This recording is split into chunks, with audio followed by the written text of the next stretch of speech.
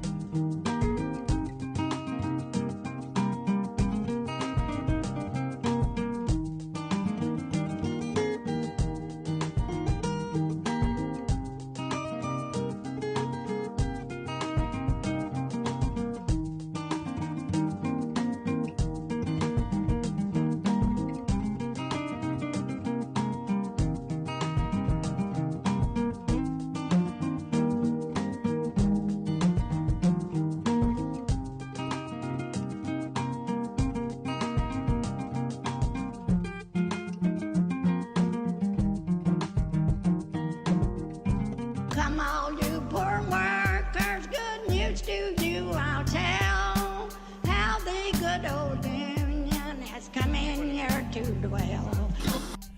The largest union talk radio program in the southern United States. This is the Valley Labor Report. Thank you for tuning in, everybody. Really appreciate your time. We got a great show lined up for you today. The phone number is 844-899-TVLR. That is 844-899-8857. And we've got a caller on the line already. I believe I know who this is. Asked them to call in because they've got an event tomorrow in Montgomery. Let's go ahead and bring them on the air. Antonia Shields, president of the Alabama State Association of the National Association of Letter Carriers. Antonia, welcome to the program.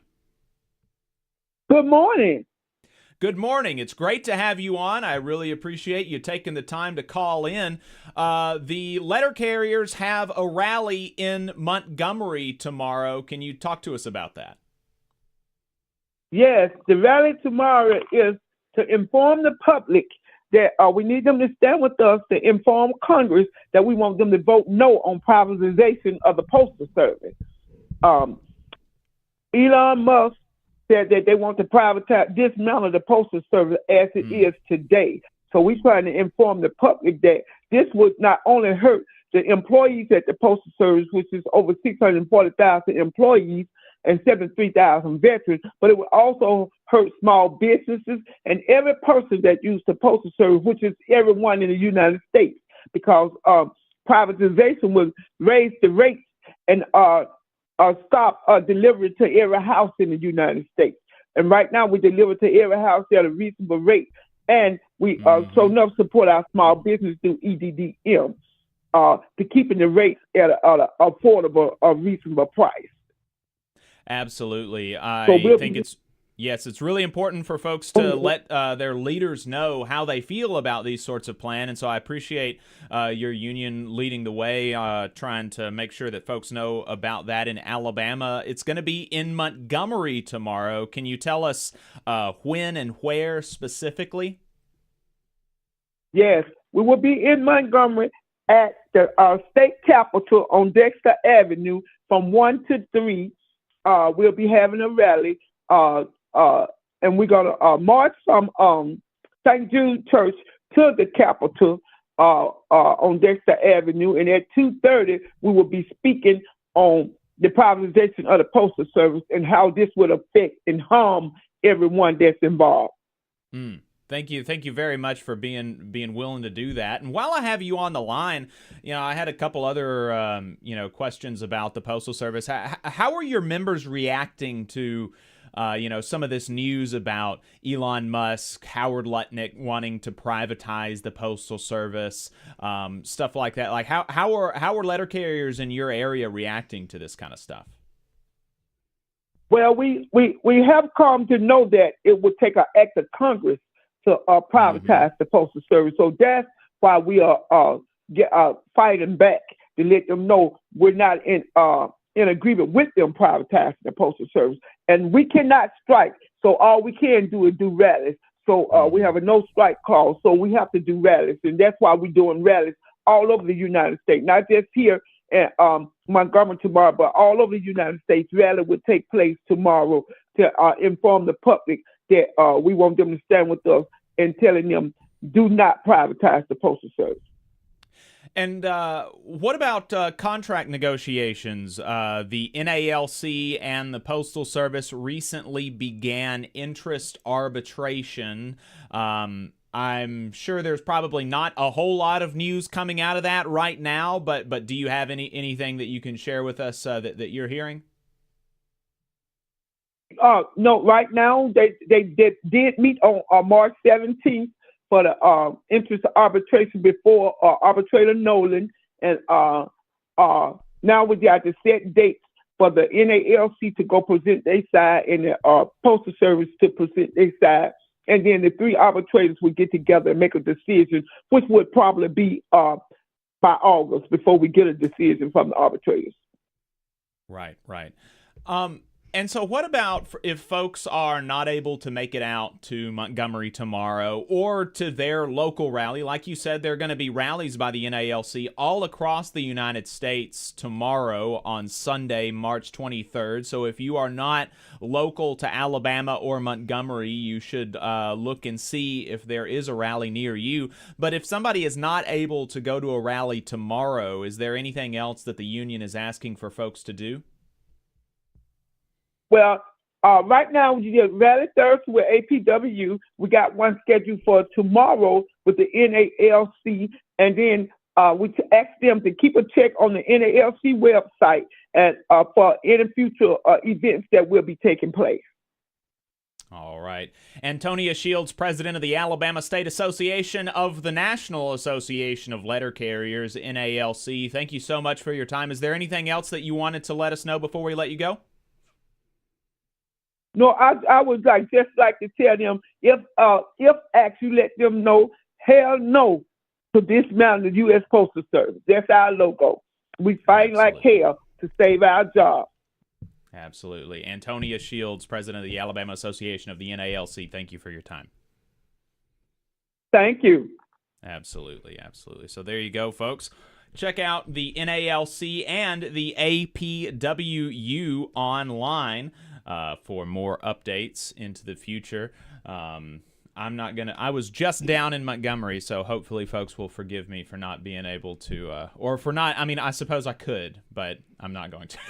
Well, we have an But event. We have another event. Yeah, there's multiple reasons that I'm not going to be able, or that I'm not going to be going down to Montgomery. For one, I was just down there. And for two, the Labor Council also has an event in Huntsville. We are going to be having a movie screening. We planned this a couple of months ago. We have a movie screening of Norma Ray at, what is it, Interspace Brewing? That's right. Interspace Brewing at 1 o'clock. That's There you tomorrow, March 23rd. It is Women's History Month, so we'll be celebrating women in Southern labor. Really excited to screen the classic movie, Norma Ray. So we'll start at 1 o'clock, just some time to chit-chat. You can grab a drink, grab some pizza if you want. And at 1:30, we'll have a little bit of programming, and then at 2 o'clock, we'll start the movie.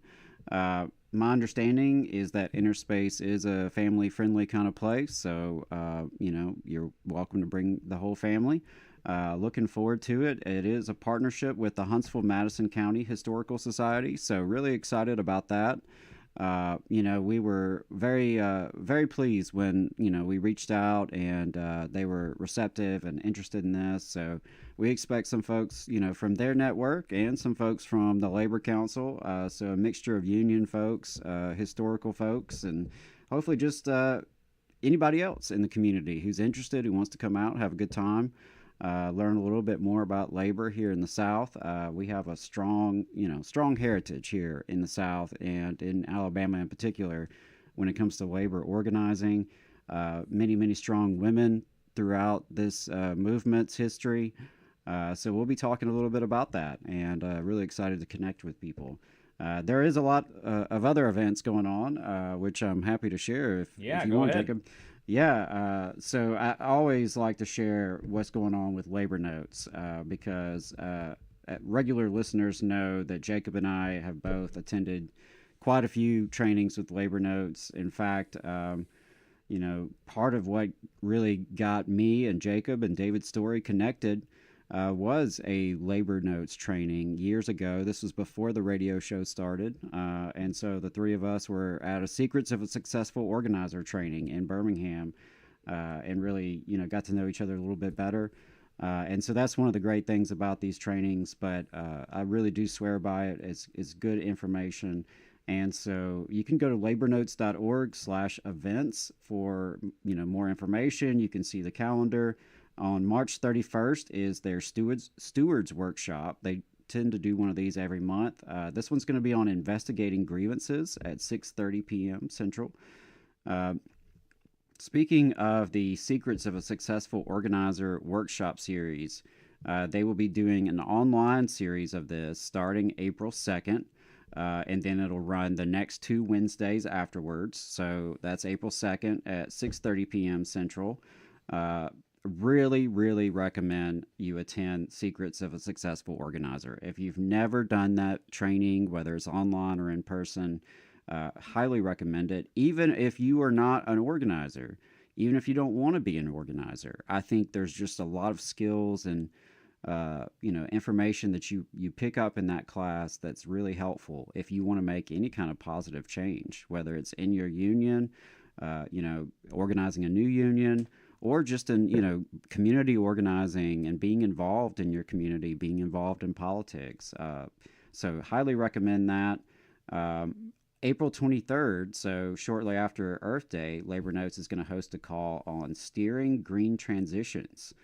Real solutions to the climate crisis depend on workers' know-how. CEOs usually cling to their dirty profits or try to cash in on green technology to bust our unions and degrade our jobs. In this online workshop from Labor Notes, you'll hear from rank-and-file workers who organize collective action for better jobs and a livable climate. And again, that's April 23rd at 7 p.m. Central.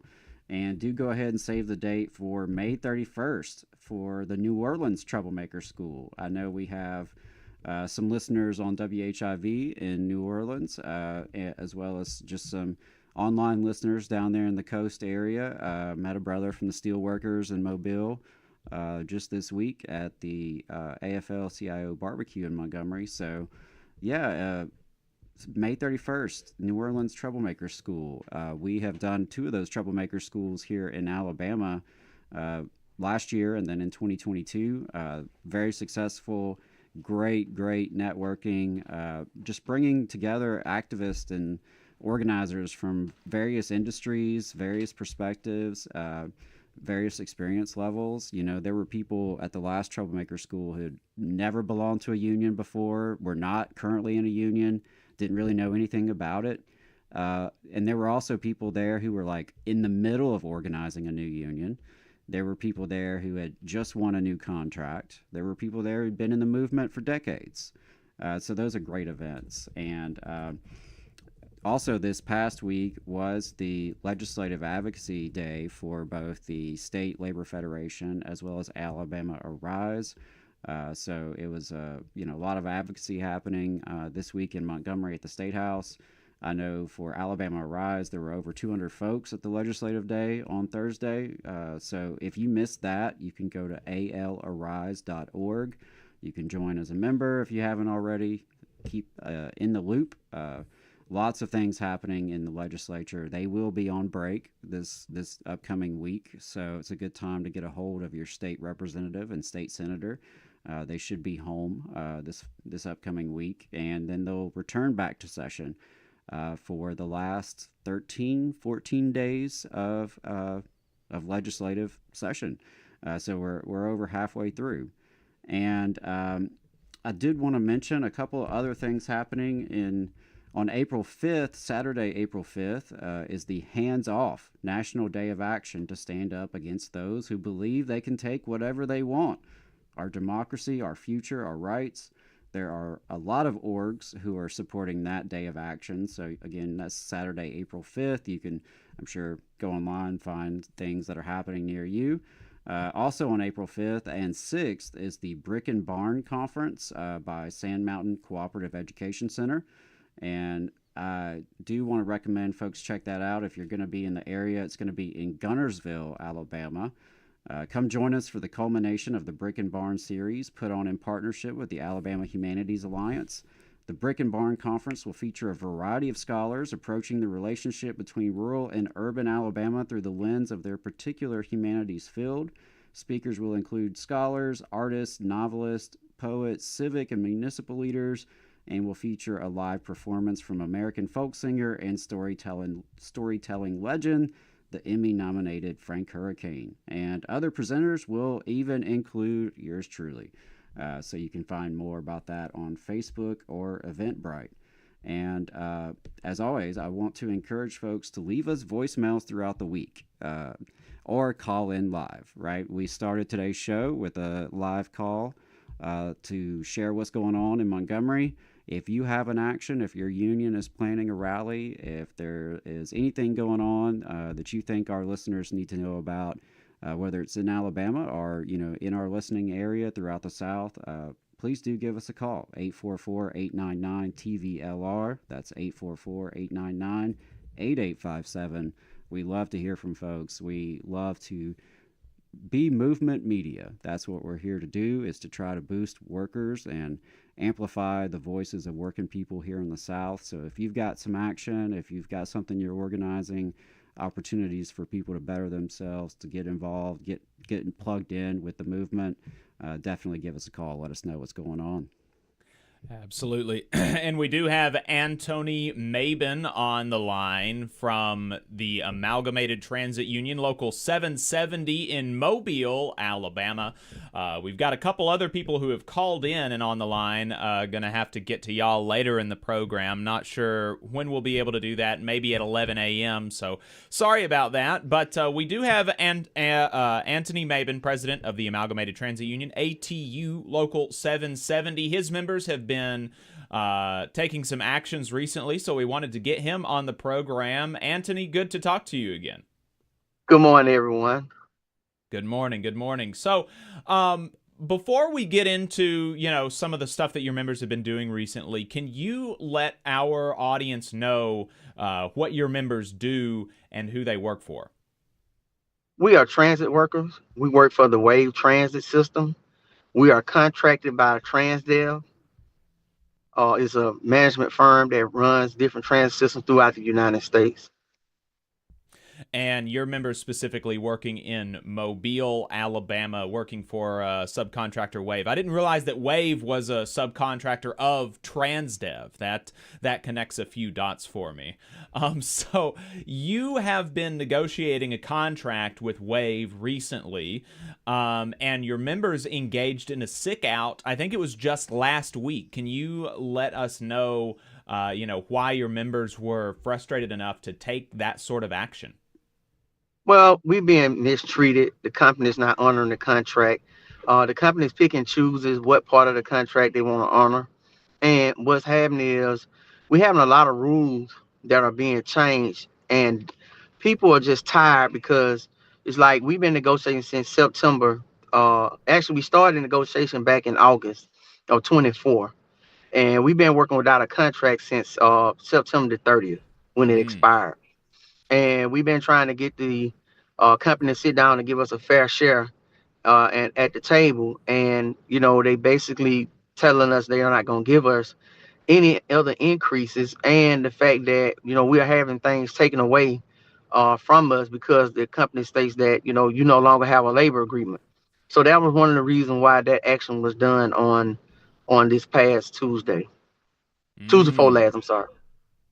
Yeah, that stuff hasn't been reported in the media about the sick out, that they've been taking things from you, that the agreement has been expired, and that's pretty amazing that that kind of pretty basic information about an action like that. I haven't seen that reported anywhere else. So there you go. Hear it on the Valley Labor Reports.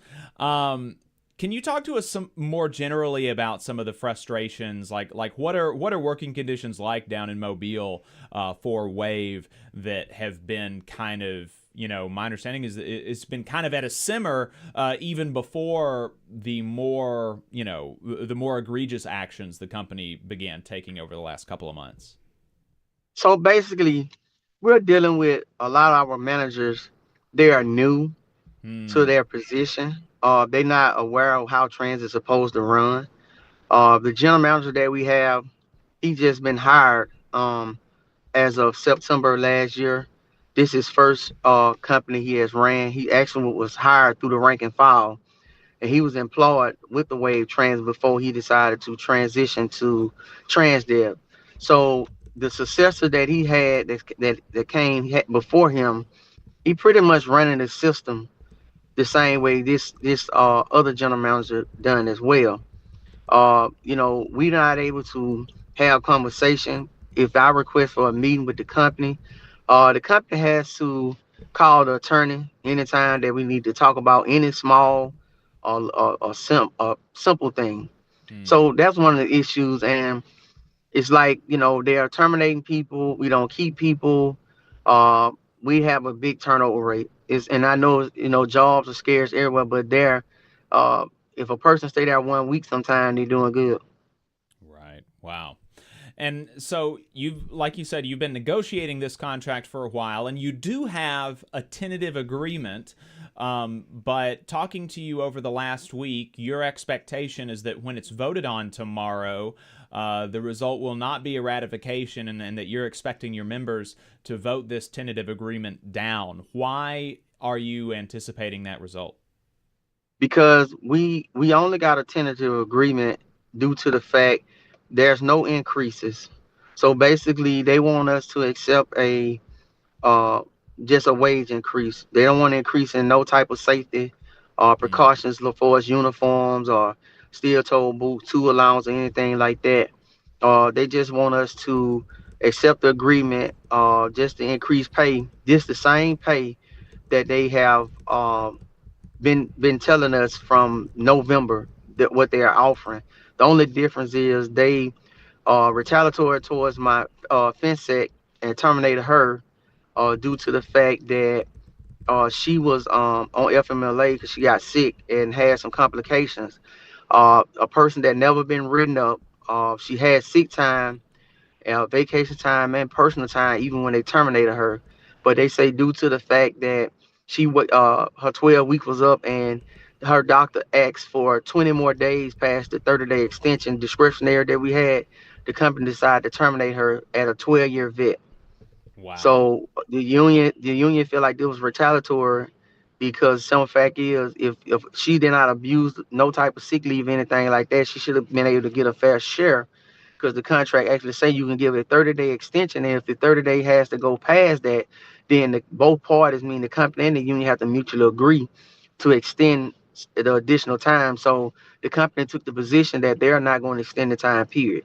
So we're dealing with things like that, and that was one of the things they put in the tentative agreement, that if we agree, they allow her to come back. So I don't think that's fair to do something like that, to put pressure on, I guess, me to try to convince the membership to accept the position. I don't think that's right. And then there's little other things that they are offering that it doesn't add up to the amount. And one of the biggest issues that we have a real big wage gap between Montgomery, Alabama Transit and Mobile. We are ran by Transdev, both companies, but Montgomery is actually smaller than us. But their drivers are making $4 more than what we are. Wow. And yeah, we on the port city.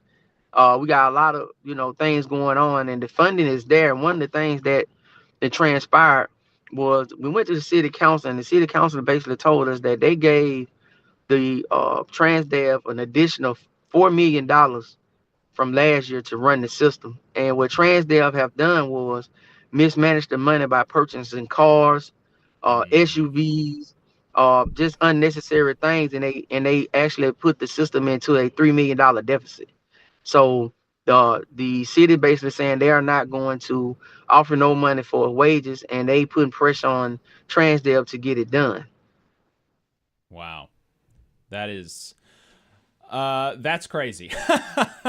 So obviously, I know that you'll be keeping us in the loop and letting us know what happens, and I'm sure we'll get you back on into the future as these things unfold. What would be something that you think that your members would accept in a tentative agreement with WAVE? Well, I think they need to be more compatible as far as the wage is concerned. Uh, Certain things pertaining to some like the tools and shoes and things like that, and they making look aside that. But with inflation going on right now, it is hard for us to barely. We have drivers that work in 2 and 3 jobs, and just to make ends meet. And we're steady being we're short. We got drivers out there, working 16, 17, 18 hours a day just to make ends meet. And then on top of that, we just got to notice that our healthcare insurance going up 9.85%. So when you think about, you don't have a raise, your healthcare insurance going up, and just like you guys said, you was up in Montgomery. uh, June, the sunset date of the state of Alabama overtime tax probably Yep. expire if we can't get an agreement. So that's really going to be an issue with that. There's going to be less money that the members can receive. Absolutely. And not insignificantly less, especially if your members are regularly working, 12, 16-hour days. That's a lot of overtime. And for those of you outside of Alabama, what Antony is referring to there is last year, Alabama repealed the income tax on overtime wages. Alabama's income tax is 5% for most income. And so you're talking about, something approaching a 5% pay cut if this overtime's tax cut does not get renewed, and it's looking like it's not going to be. So that's going to be a big hit to your members, I know. So hopefully you'll be able to get WAVE to agree to a better agreement after your members vote it down tomorrow. What can folks listening do to support you and your local? Well, what I would like to see is, we're trying to call out the city council. City council basically saying they don't have no control of what's done down at the transit system. It's all on the mayor and the administration. And if you in the city limits or ride the transit system, contact your city council, contact the mayor, and let them know the importance of having valuable transportation, and that if the transit stop, it's going to hurt everyone, not just some. It's going to hurt everyone because the stores and things like that, where people are riding the bus to go to work, they're not going to be able to go to work. And then if they're not able to go to work, then prices can increase throughout the city for different materials and things like that. So, I wish everyone to, reach out to them, say, look, be fair. If anyone should be penalized, it should be the management company that managed, because this their fault, the reason why we don't have the funding. Absolutely. Anthony Mabin, president of the Amalgamated Transit Union, Local 770 in Mobile, Alabama, representing bus drivers for Wave Transit in the city. Really appreciate your time. Your members are going to be voting on a tentative agreement tomorrow. We'll let you know what happens next week. Anthony, is there anything else that you wanted to leave our listeners with before we let you go? Just, keep us in your prayers and hope for the best. All right. Thank you, brother. Appreciate it. Keep it up. Thank you.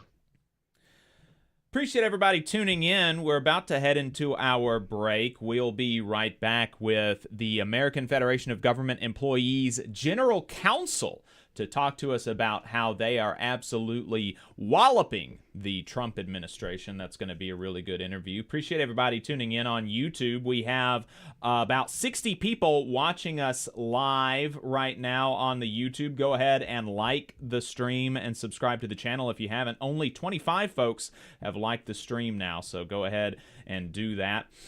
Doodle Cupcake says, good morning from Miami, Florida. Quirky Geek Girl says, good morning. Tavita says, good morning from Texas. Claydonius, good morning. Penelope, good morning.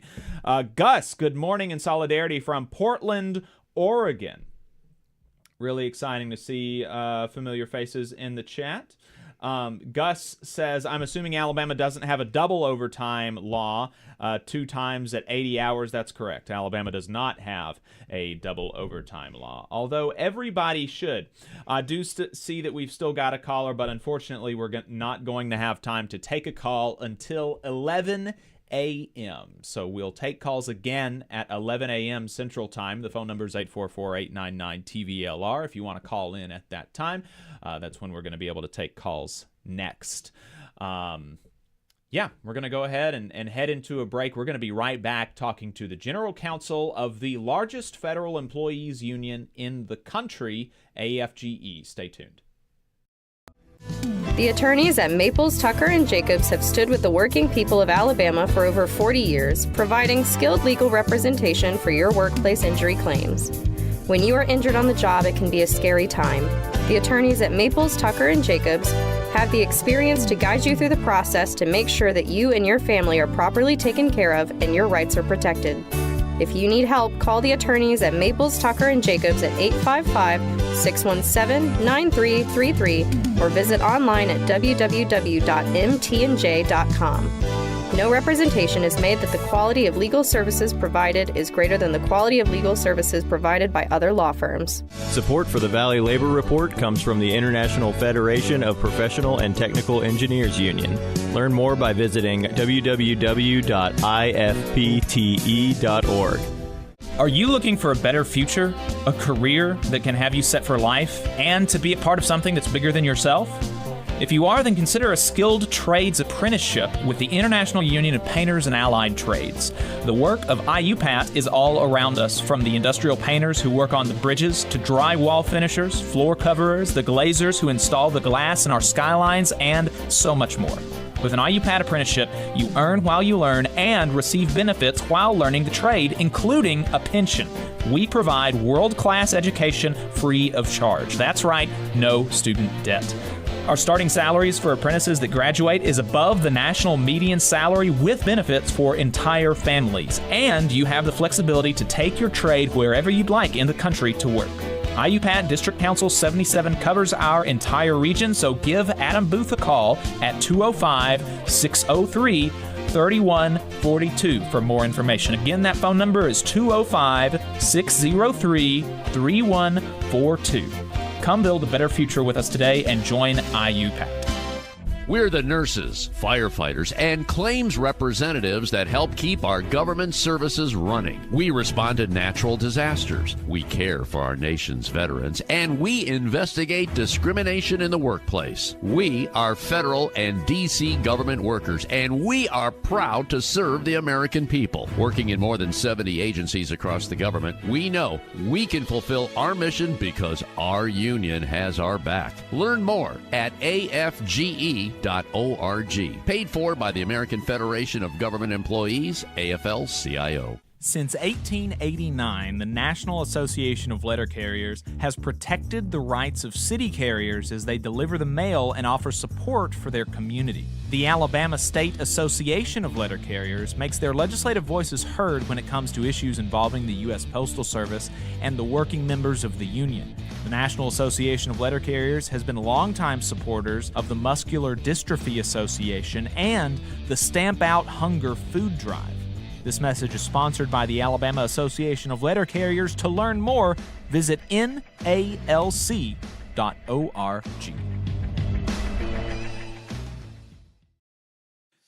Unite Here is also a supporter of the Valley Labor Report. They are a labor union that represents 300,000 working people across Canada and the United States. Their members work in the hotel, gaming, food service, manufacturing, textile, distribution, laundry, transportation, and airport industries. You can learn more about Unite Here at unitehere.org. Come all you poor workers, good news to you I'll tell, how the good old union has come in here to dwell. A battle in the heart of Alabama caught our attention. Coal miners in one community, they've been on strike now for months.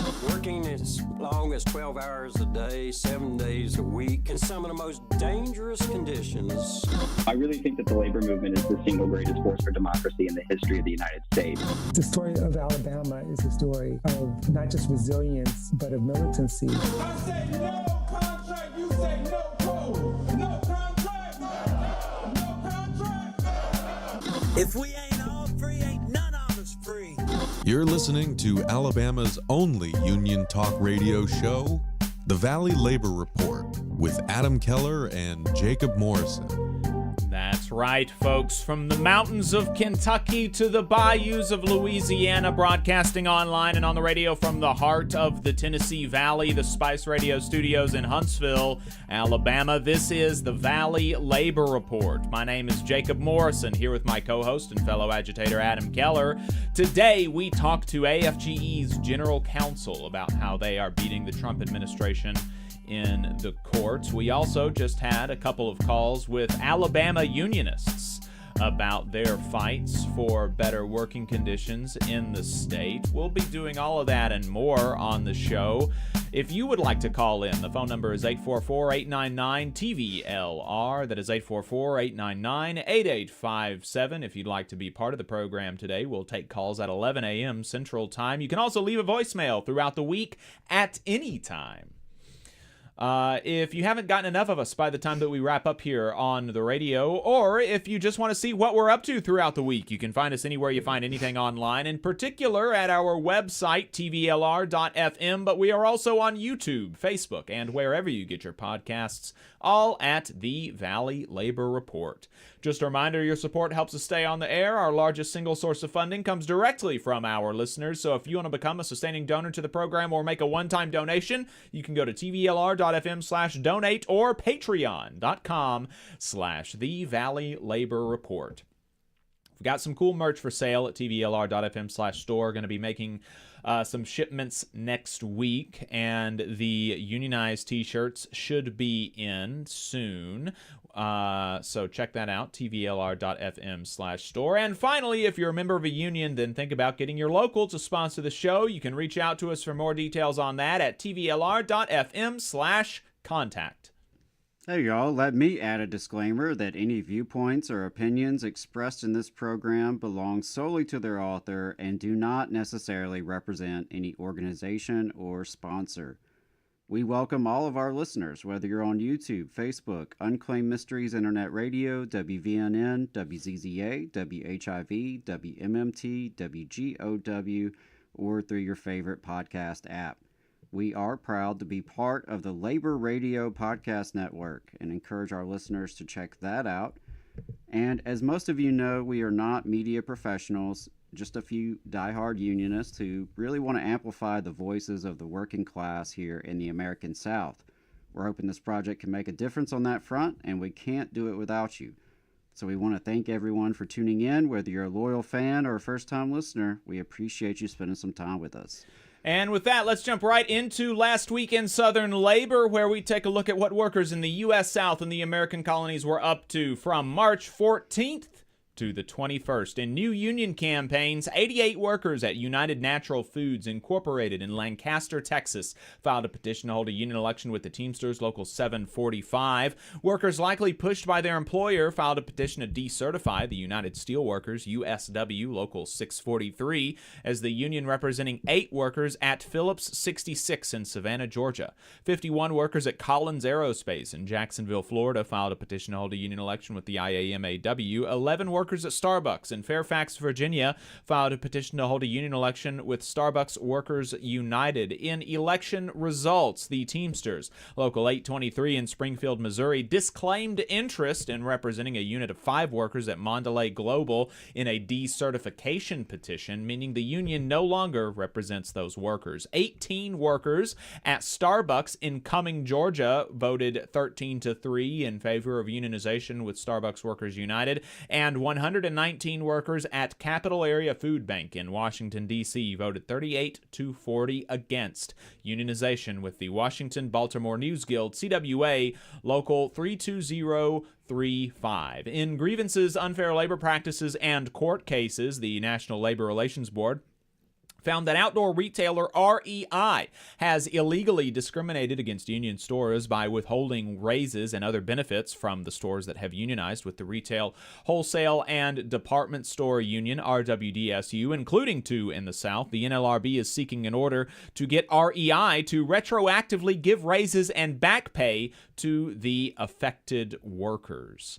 The Trump administration's a federal appeals court has refused to block a lower court order to reinstate wrongfully terminated federal workers, meaning that the order is still in effect and workers are being rehired as we speak. The professional air safety specialists, PASS, a union of workers at the FAA, are celebrating the reinstatement of 132 probationary employees at the agency. In strikes and bargaining updates, UAW Local 848 in Red Oak, Texas is beginning contract negotiations with Carbon Aerospace.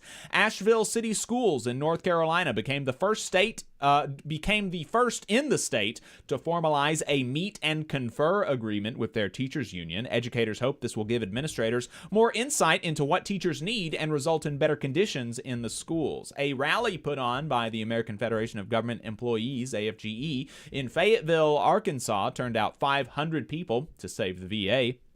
Workers at Kellanova in Kansas City, Kansas, unionized with RWDSU Local 184L, just ratified a new 3-year agreement with improved wages, vacation time, and health insurance, according to the union. Newsroom workers at Deep South Today, unionized with the National Association of Broadcast Employees and Technicians, NABET CWA, just ratified a contract with the company establishing a minimum wage of $60,000 and $69,000 for senior reporters. Nice. In political and legislative updates, nurses in Asheville, North Carolina, unionized with National Nurses United, NNU, delivered a Prop $19.4 billion check made out to the billionaire class, paid for by working people, to Senator Tillis's office to protest proposed cuts to Medicaid. $19.4 billion is how much is at risk in North Carolina. Nurses in Austin, Texas did the same thing at Senator Cornyn's office with a $57.3 billion check. Cecil Roberts, president of the United Mine Workers of America, UMWA, has an op-ed out opposing the ending of the civil service protections for new hires in West Virginia state agencies. Union building trades workers are celebrating celebrating the construction of a new Jacksonville Jaguars stadium that includes a community benefits agreement with local hire and apprenticeship provisions, meaning many of the 10,000 jobs that will be created will go to union workers. Drivers and riders are continuing to fight a potential cut of almost half of the routes of the Kansas City Area Transportation Authority.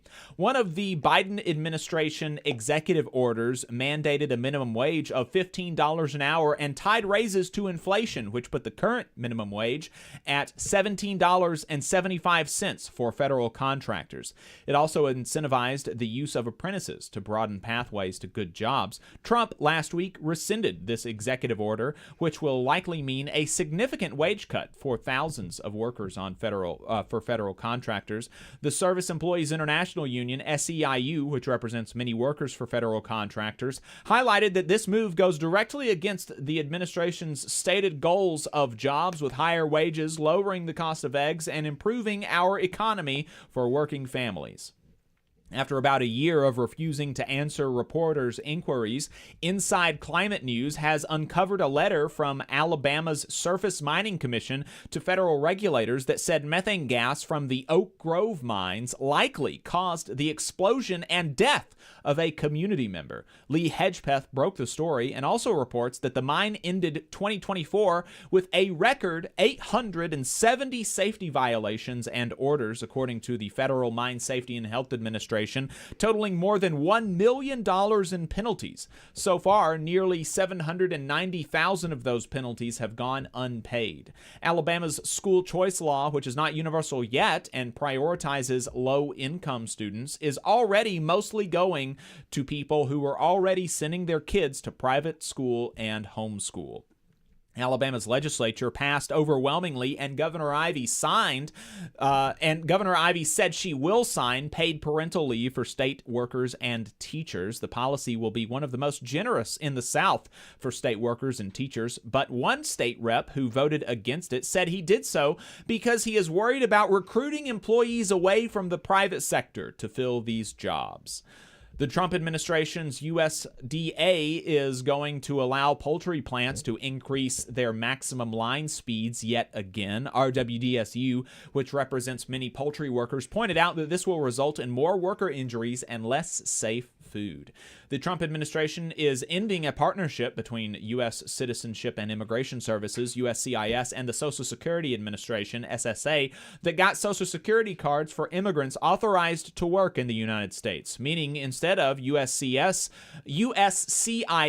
processing those applications in bulk, now those immigrants will have to visit SSA field offices in person, potentially seeing as many as 75,000 more people visiting SSA field offices every single week as SSA closes field offices and reduces staff. A federal appeals court refused to block a lower court order to reinstate wrongfully terminated federal workers, meaning the order is still in effect. Thousands of cases are untouched at the U.S. Department of Education due to the significant job cuts, including cases involving disabled children attempting to access support services. Education unions came out strongly against Trump's order to dismantle the Department of Education, highlighting the important services it provides for low-income schools and protections for minorities. The Veterans Affairs Administration announced that it would end gender-affirming care for transgender and intersex veterans. National Nurses United, NNU, came out in opposition to the move. That's it for us. If we missed anything, let us know at tvlr.fm/contact. There were some pieces of news that we were not able to include in the YouTube segment, so if you'd like to see the comprehensive list of what happened last week in Southern Labor, you can subscribe to the newsletter at tvlr.fm. I believe our guest is in the Zoom now.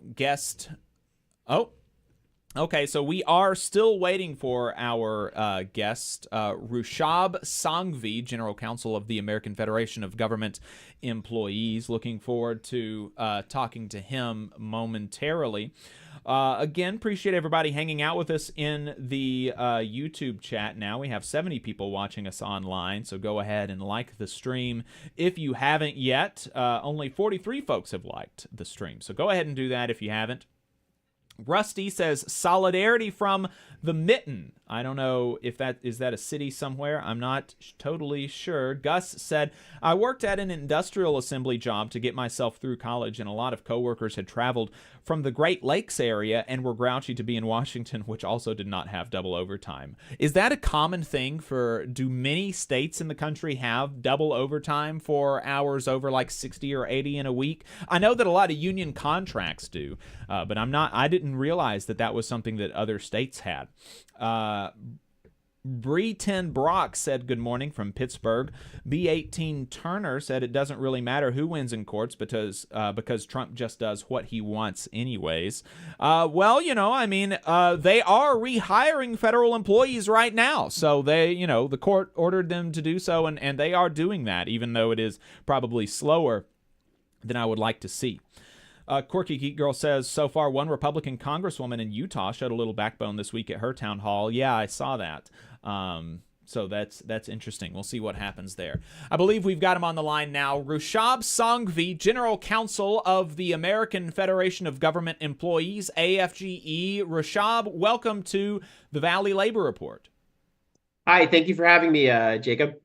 Really appreciate you taking the time. I know that you're very, very busy as general counsel for the largest federal employees union in the country. You got a lot of court cases right now, and you're doing a really good job, it seems like. You are defeating the Trump administration in court. Obviously, it's all going to hinge on what the Supreme Court ends up doing, but we'll get to that in a moment. And I wanted to just jump right into it and go to, probably the most consequential case, or the most consequential cases in my mind, are the ones dealing with probationary employees, the mass terminations of probationary employees. And AFGE and other unions and other plaintiffs have been winning and getting orders to reinstate these illegally terminated probationary employees. And, I'm regularly asked questions like, why can't the president just fire whoever he wants? He's the president. He's the boss.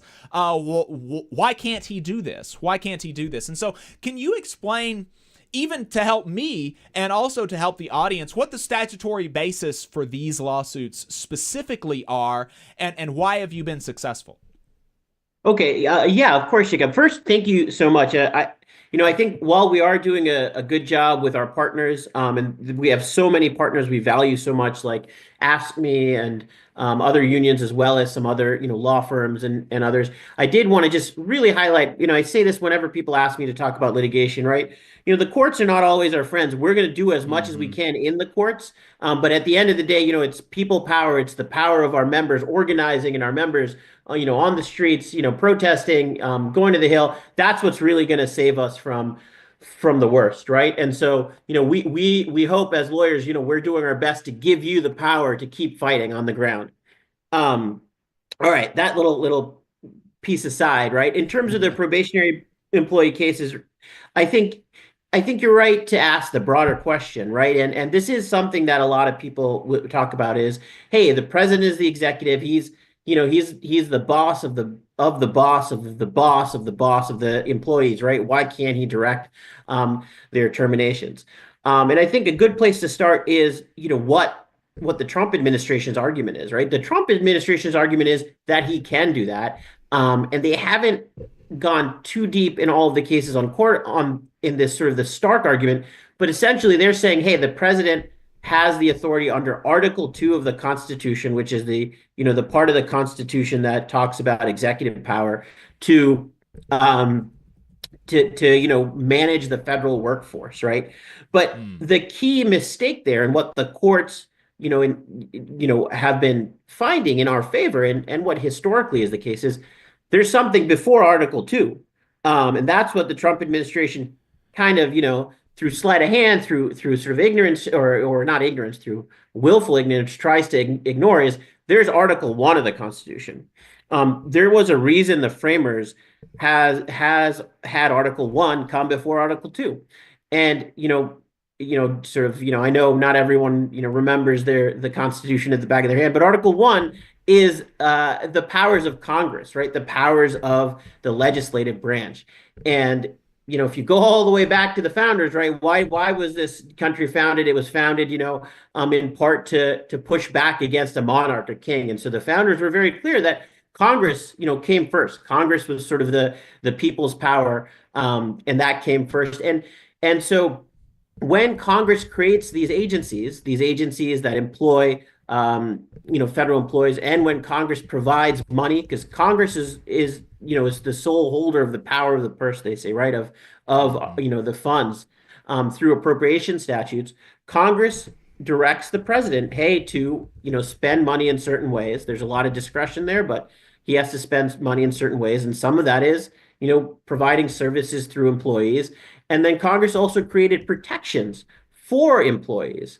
And, the reason for these protections is very important. And it was, even way back when, people understood the importance of having these protections, because the people, we don't want a spoil system, right? We don't want a system where the president can fire everyone and put on all his, his lackeys, and then therefore sort of, imperil democracy. And so Congress made it clear that there are protections for these employees, and the courts have found, yes, Congress vested in and there's sort of nuances to the argument, but broadly speaking, the courts have found that, yes, Congress created these agencies, Congress provided protections to these employees. The president cannot, at will, just sort of ignore what Congress has done here. He cannot, dismantle agencies where Congress has said that they need to exist, where Congress has appropriated funds for them. In the case of the probationary employees, right, what happened there was the president, through the Office of Personnel Management, decided, hey, we're just going to decide and tell all these agencies to fire all these people, irrespective of their performance, irrespective of the rules. And the court found, right, there's no precedent, there's no legal basis for that. When Congress created all these different agencies, Congress said it was the heads of those agencies that had the ability to do that. And then, both Congress and prior administrations put in rules for how that needed to be done. So that's the sort of the big picture there on why the president can't just unilaterally fire people. And I think it's important to remember, right, the president is not a king, and that's one of the foundations of our democracy. Absolutely. And I think that kind of historical stuff that you said at the beginning is really important to remember, that Article 1 comes before Article 2 precisely because the founders were trying to get away from a king, from a all-powerful sort of executive, and because Congress, like you said, created a lot of these civil service protections. The president cannot just get rid of them. And the president could go to Congress and ask for Congress to get rid of them. I mean, we didn't always have these civil service protections. I mean, we created civil service protections because we used to have a spoils system, and the American people were like, this kind of sucks, having a completely incompetent federal government that can't do anything because it's just people who are politically loyal to the president. We don't like that. We want to have actual professionals in these jobs within the federal government. And so Congress passed civil service protections multiple times. And some of those included that, yes, the secretaries of the agencies, like you said, have the ability to hire and fire. And also that when you hire and fire, particularly in this case, when you fire, you have to have cause, even when it's a probationary employee. And one of the things that your argument hinges on, I believe I'm remembering correctly, is that the cause in this case was a lie, right? All of these probationary employees were told that, your performance is not adequate enough, and that was clearly not the case. Some of these had literally in the weeks prior been given glowing performance reviews, and it was all a form letter, and so there's absolutely zero evidence that there genuinely was a real effort to try to assess the performance of these probationary employees. And so on multiple fronts, this was an illegal firing of the probationary employees, is your argument, and I think I accept it. But could you explain, one of the things that Judge Alsop said in the case was that the president can fire people. Can you explain? I don't want that like there exists authority to go through proper channels and do reductions in force and stuff like that. And as a union, we're always going to try to do everything that we can to protect our members. But like there are proper ways to do this that would have been much more difficult for you to challenge, right?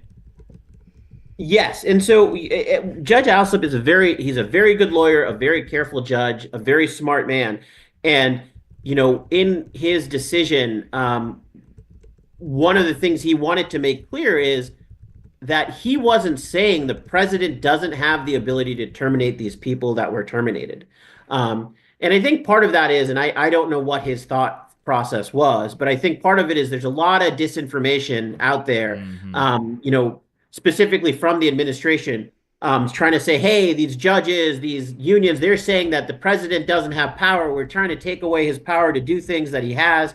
And so I think, one thing is, and we've been clear too, right, in our cases, and this is what Judge Alsop was saying, is that the president does have a way to engage in mass terminations or reorganizations of agencies. But there's a process he has to follow, the reduction in force process. And that process, is not what was at issue at this case, right? We weren't, that to the extent that happens and it's happening elsewhere, we will litigate it, if it's done improperly. But there is a proper way to do this. And this, here, the administration was trying to bypass that. They were, flouting the laws that essentially, that they need to follow in order to do terminations. And I think, that was one thing the judge was very clear about, saying, hey, there is a way to do this, but here they're not doing it. And then he highlighted the fact that, the performance, like you said, was essentially a sham or a lie, right? To try and get around these laws. And so Alsop said you have to rehire these probationary employees. You fired them illegally. There was a second judge that issued a similar ruling at other agencies. And I'm now seeing a trickle of articles about employees being rehired, but it does seem to be a trickle. Can you talk to us about, and I know you're in the legal department, so maybe this isn't your purview exactly, but what kind of visibility do you have on the logistics of these employees actually being brought back into the agencies? Yeah, so I mean, there was a compliance report that the government had to file in both of these cases. We also, as the union representing more federal employees than any other union, we are hearing from our employees. I think one of the hard things is the government is not being as clear as we'd like on it, and so we are hearing of probationary employees being rehired in many instances, throughout the federal government, at those agencies covered by the case in Maryland and at those agencies covered by our case. It's trickling in. It's not as clear as we'd like to see. One real big distinction, though, is, and we're trying to track down more information on this, as is the judge. He actually sent out rulings on the court not rulings, letters on the court docket asking the government for more information. But one piece of information that's really important is how they're rehiring these people. Because in Judge Alsop's decision in particular, right, he indicated, right, the reason he's granting this relief, part of the relief he's granting is that services that were affected by these mass terminations, and some of the examples we provided are, impact to the crisis hotline for veterans, the closure of national parks, or the limitation of access to those parks. So Judge Alsop was saying, hey, the remedy is you need to put people back in their positions to actually start providing these services again. And what we've been seeing is the government reinstating employees, but putting them immediately on administrative leave. So essentially saying to the park ranger or the person in the Forest Service, here, you're back to work, but really you're not back to work. You're just on leave while we figure this out. And so there's a lot of confusion around that. And it's really important, that these employees not only get back on the payroll, which is important in and of itself, but also that they get back to work, because they these are civil servants who are proud of the work they do. And, one of the big issues here is what the administration did was they cut off all these essential services by this mass firing. Yeah, absolutely. One of the things that has been, kind of, it's really big, I think, in the lives of federal workers, but there's not been as much news around it. I think in part because the executive does have some level of authority over this, and that's about telework.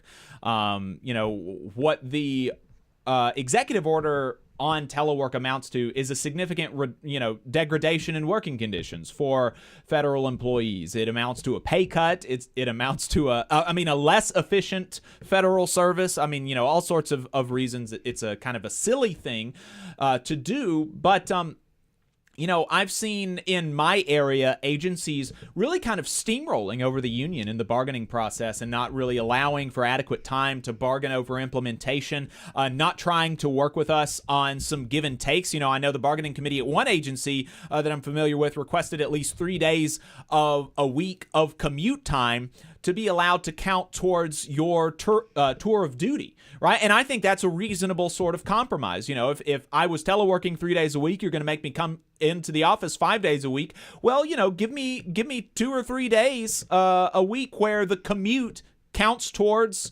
my time on the clock. And management just laughed at them, right? And so do we have any sort of nationwide case in the works about failure to bargain from the agencies over return to office? So, and I think you hit on a point, right, with the discretion, right? So, unfortunately, the telework issue is a agency specific, contract specific issue. So most of the the telework benefits that we our different units at different agencies have are based on contractual provisions or telework agreements negotiated with the agencies. So it in some agencies, for instance, or in some positions, right, there was no or limited telework. Some contracts had sort of a lot more discretion in how much change the administration can do with telework. Some others didn't, and so there's really no nationwide case, so to speak, with that at this point. With respect to the executive orders too, right? It was also sort of a piecemeal thing, right? First, the president issued this memorandum, then he issued an executive order, then OPM issued guidance. So it's a little kind of, it's been done in a different way at different agencies. But what we've been doing at our office is we've been helping all of our affiliates with demands to bargain and grievances. And so there are some larger agencies and affiliates that had a stronger provisions in their agreement in which we've filed sort of national grievances or helped them with national grievances that we'll be litigating in the coming weeks. Great. Well, looking forward to seeing that. Let's go to another case, privacy. We've seen some level of success as far as keeping Doge out of the private data of employees of agencies and of the citizens. And one of the things that I've heard in response to that is like, oh, well, Elon Musk doesn't want your social security number. He's the richest man in the world. Why would he care about having that? He's not going to steal your social security check. And I will just say that one of the Doge bros was literally fired from the previous company that he worked at before Tesla for revealing secrets of the company to a competitor. So, there is some level of that just base concern, but what is the case built on, right? What is the case built on when you're going and trying to keep Doge out of, Treasury Department data and stuff like this? And what is your response to folks like that?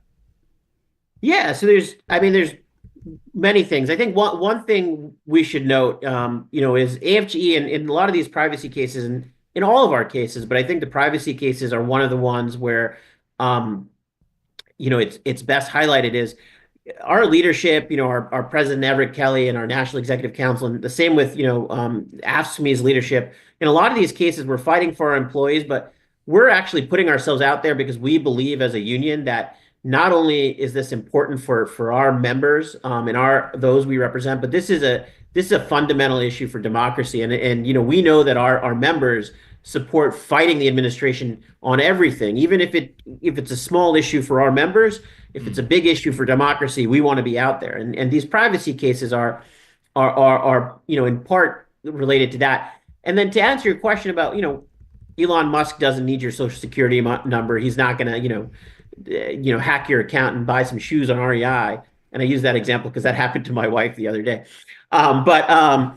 It's not about money, essentially. It's about power, right? I mean, it's about power and accumulating power, and money is a route to power. And you've seen how much data Facebook and others hoard, right?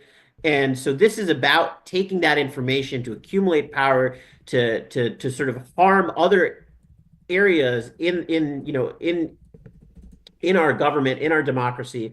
So this is a much bigger issue than just potentially Elon Musk using it to accumulate funds, right? He's using it to help prop up an autocracy. But in terms of the basis for these cases, most of these cases are based on the Privacy Act and other sort of statutory provisions with respect to agencies and the access to data. Because what's happening is Doge is putting these people in, and they don't have a need to know. They're not actually functioning in a way in which Congress intended them to function, right? Congress didn't create like the Treasury Department and say, hey, Doge is going to be accessing it, right? It's the people in the Treasury who should be, right?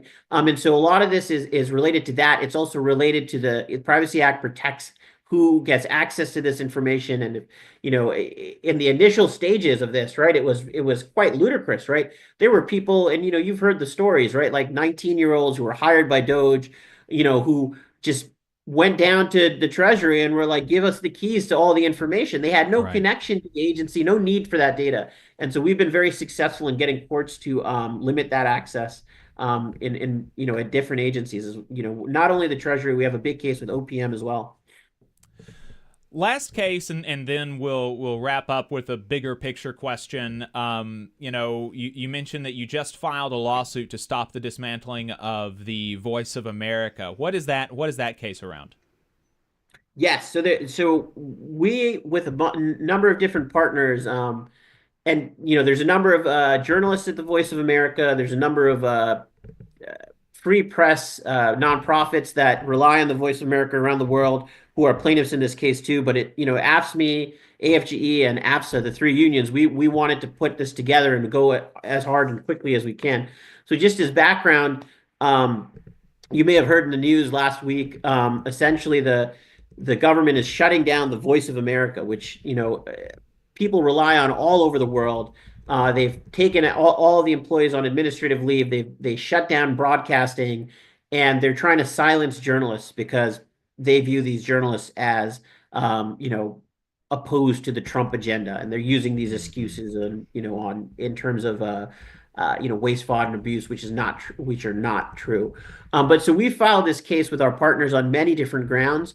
It's a First Amendment case because, we believe that the administration is retaliating against these journalists, many of who are our members, for accurate reporting. It's also a statutory case on the basis of what I talked about before, where Congress, it's clear. Like, I was reading the appropriations bills the other day. Congress said, hey, this amount of money goes to these functions.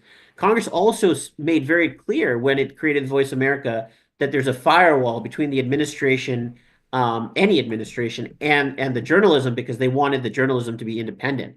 And so there are these congressional or sort of separation of powers issues as well. We think it'll be a very powerful case, and it's a very important case because it's in the line of cases of where the administration is trying to accumulate power and is trying to silence. They're trying to silence not only the unions, they're trying to silence any voices of opposition. And so we're very hopeful that this will be successful, and it'll get our members and members of the public even more motivated and activated to fight this administration. And so to wrap up, obviously a lot of this is going to be going to to the Supreme Court, right? And it's all going to hinge on what the Supreme Court does. And I think that you have laid out very convincingly the case that you're making and winning before some of these lower courts. And it seems to me very clear just, as a textualist, if you just look at the text of the laws and the civil service protections that have been approved by Congress, that, Trump doesn't have a lot of the powers that he's trying to assert. But in many ways, this is a Trump Supreme Court, even though the letter of the law is clear. And so what are your thoughts about your chances at the Supreme Court when these go through the appeals process and head up to be decided on there? I have hope. And I believe that, again, every case is going to be there's going to be a different analysis. There's going to be it's going to be viewed by the court differently. But I have hope, and I think the Supreme Court has shown, especially Justice Roberts and others have shown some courage, and some, have stood by the law.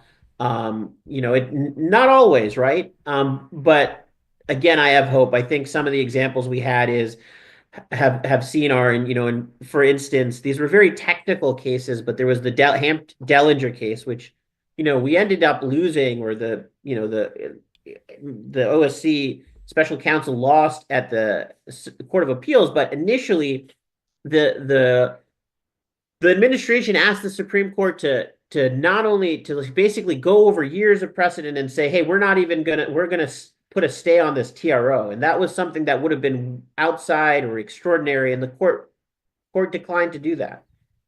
Similar, we had this a USAID case that we're not a part of, but it involved grantees. And the Supreme Court allowed the lower court's decision to stay in place.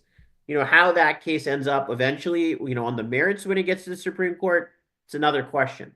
But I think the Supreme Court has shown shown that for now, at least, there's some restraint there in terms of honoring the law, right? And so I am hopeful. That said, we don't know how this is going to play out, and that's why I always say, right, the courts are not our friends. It's going to be people like you, Jacob, and the rest of the movement who make sure people understand the stories and understand how terrible the consequences could be if we continue to allow the administration to go down this path. So it's going to be, people power that's going to win in the end. Right. Well, Rashab Sangvi, General Counsel of the American Federation of Government Employees, the largest federal employee labor union in the United States. Thank you so much for your time. Is there anything else that you'd want to leave us with before we let you go? No, just thank you all, and just keep speaking up and keep sharing your stories and helping us share our stories. And I think that, I am hopeful that we will prevail. Absolutely. Rashab Sangvi, thank you so much for your time. Appreciate it. Thank you. AFGE.org/join. If you are a federal employee, you can join the union there. And you very much should, because we got to be able to pay lawyers like Rashab to fight for us in court. Obviously, like he's saying, and it's correct. The courts are ultimately not going to be the end-all, be-all, but they can provide. They're a good defensive tool, so we need to be able to make use of them where we can. We're going to head into a break, and we're going to be right back with Boss Watch, so stay tuned. The Laborers International Union of North America, LIUNA, Local 366, is proudly recruiting North Alabama local workers to work construction and nuclear plant maintenance. If you're interested, please contact April at our training center to start the process at 256-904-1753. No experience is needed. We offer free training, but you must be able to pass a background check and a drug test. Local hiring that grows our community with good-paying jobs that have benefits is our mission. Live better, work union, Local 366, feel the power. The Valley Labor Report is also supported by the Communication Workers of America. Learn more at cwa-union.org.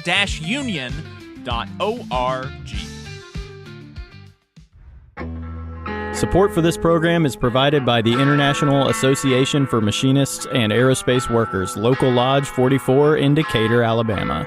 Learn more at iamaw44.org. The Valley Labor Report is also sponsored by the United Automobile, Aerospace, and Agricultural Implement Workers of America, better known as the UAW.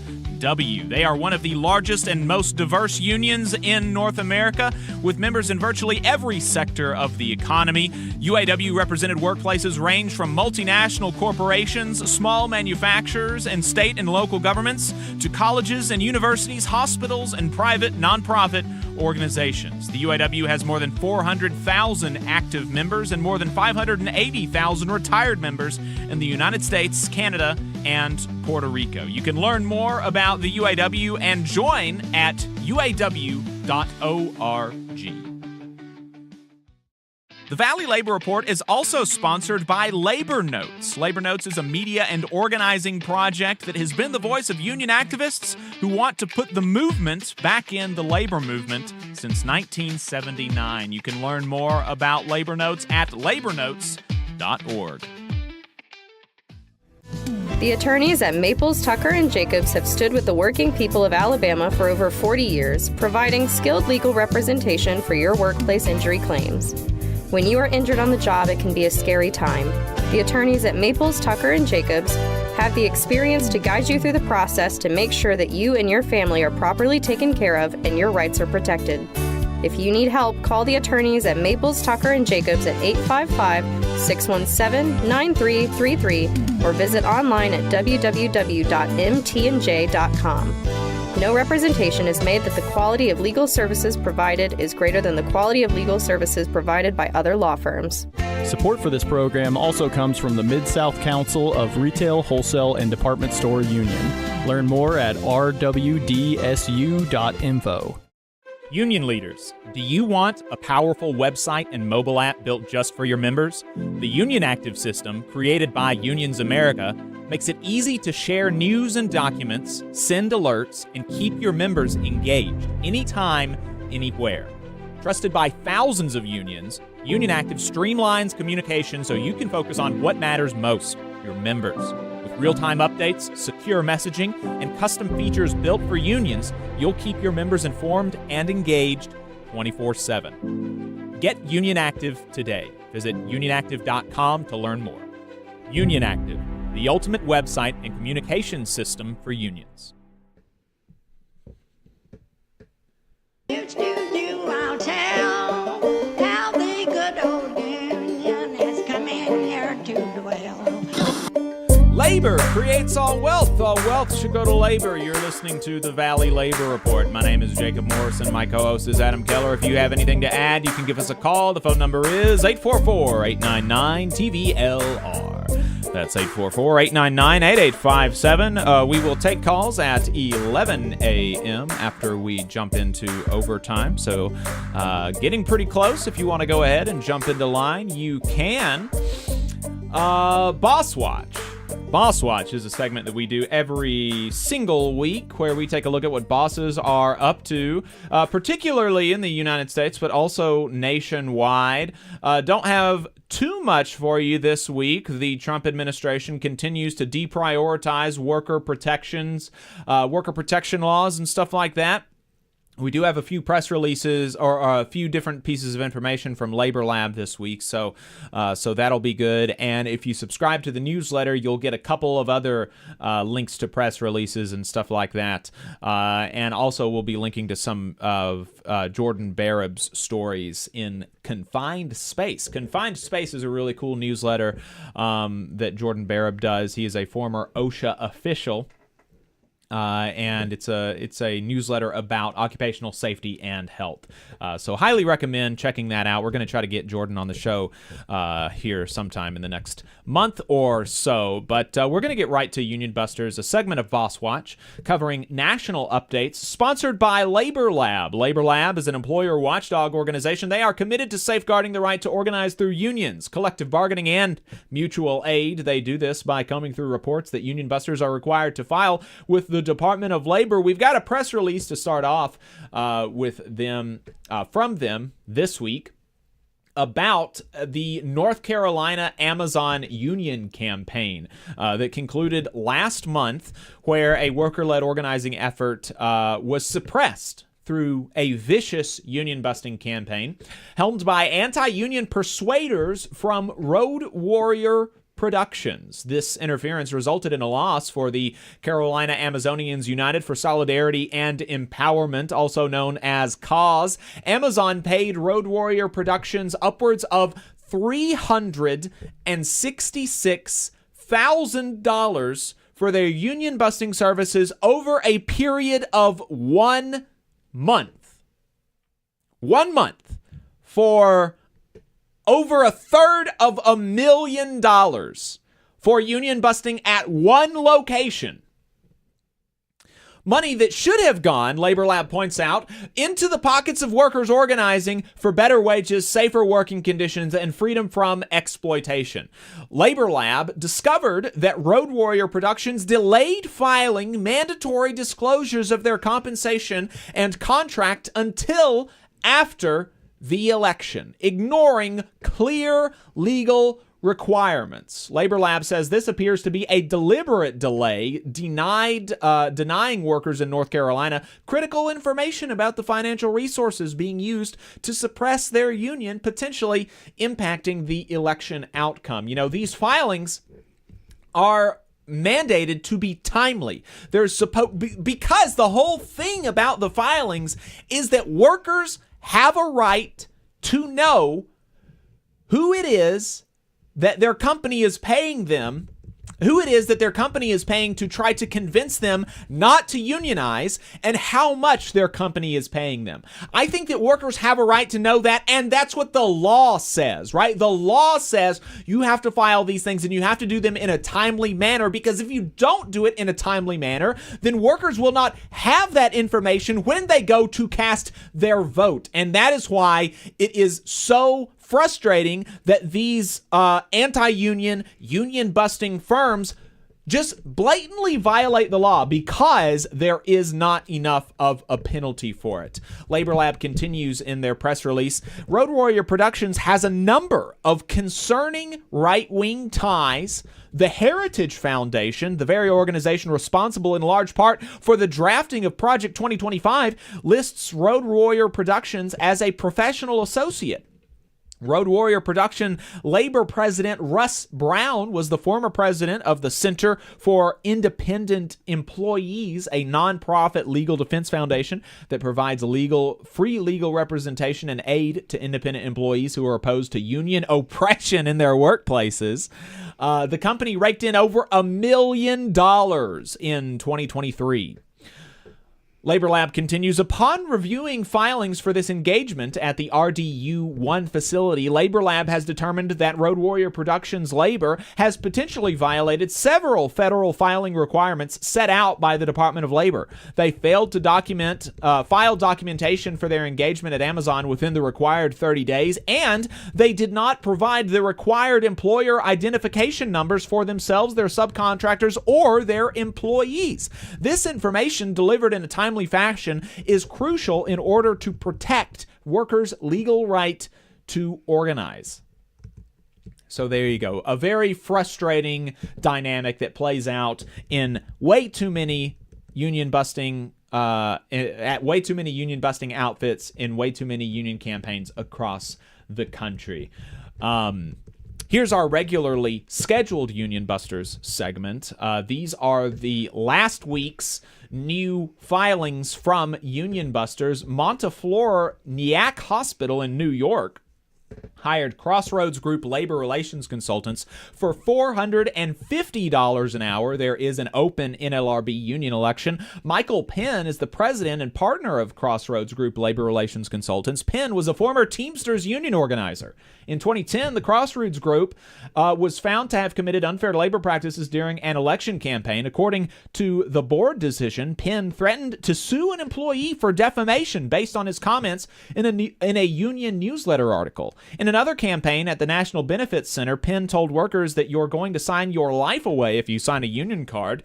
The union would tell you to go out on strike and the place could close down, a violation of the law. In 2008, on a campaign at Jensen Enterprises, Penn told employees they would lose their benefits if they voted for a union. In a different campaign, Penn told employees that they would see a loss of their regularly scheduled annual wage increases if they selected the union as their collective bargaining representative. Michael Penn is also the chair of the Democratic Foundation of Orange County. Penn has consistently donated to the foundation annually between $1,000 and $3,000 and has also donated to Barack Obama and John Edwards. So at least he's a liberal union buster, like friend of the show, Joe Brock. Amazon, also a former Teamster like Joe Brock. Amazon DMH9 in Massachusetts hired Edward Hinkle via Road Warrior Productions for $2,500 a day. Sunshine Disposal in Washington hired labor advisors. They did not provide their compensation. The LCP Group in New York hired Solutions for Labor Relations Consultants. Hired Solutions Labor Relations Consultants without disclosing their compensation. Amazon DDE9 in Colorado hired Road Warrior Productions for $2,000 a day. And Perexel in North Carolina hired labor advisors. Labor advisors did not provide their election or their compensation, and the election petition at this Amazon facility was withdrawn.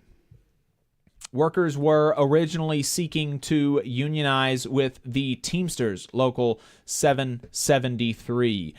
ONNI in Illinois hired ICWE, a anti-union consulting group, but workers for $400 a day, but workers still won the union election 3-1. The Brickton Group and Renaissance Chicago in Illinois hired LRI Consulting Services for $425 an hour. Workers withdrew their union election petition. PetSmart in Michigan hired LRI Consulting Services for $425 an hour. How many PetSmart employees could you hire for $425 an hour? Just insane. The election petition is still open there. Some filings were amended last week, including at EVGV in Georgia.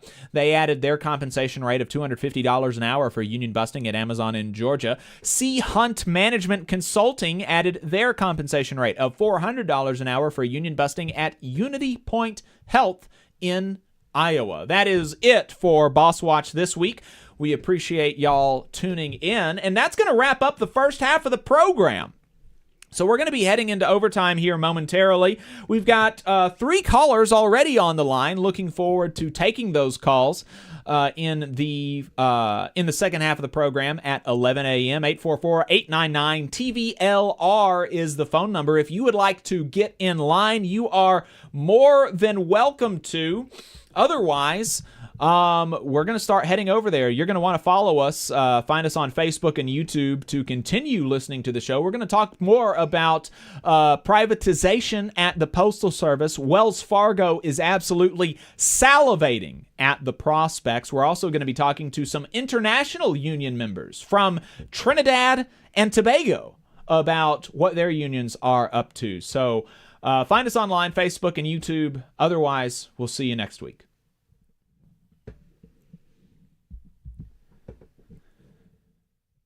Okay, we're off the radio now. Appreciate y'all for staying tuned. Like I said, we're going to go into overtime. We're going to be right back.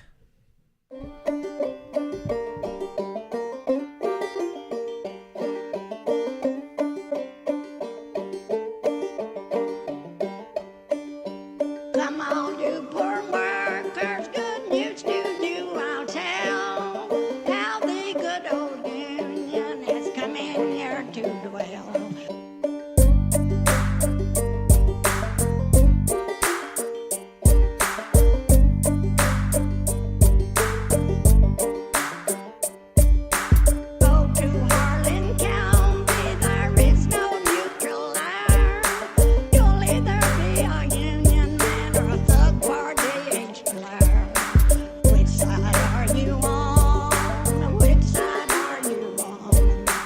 Which side are you on?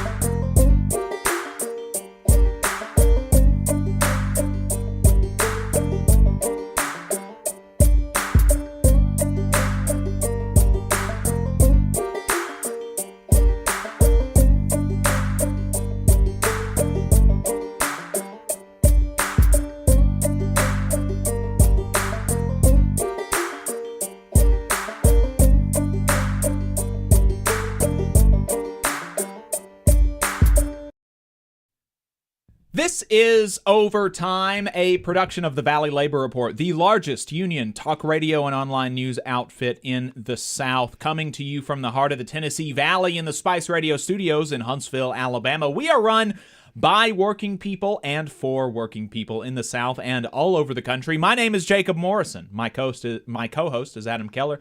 We appreciate you spending some time with us today. If you'd like to call in, the phone number is 844-899 TVLR. That is 844-899-8857.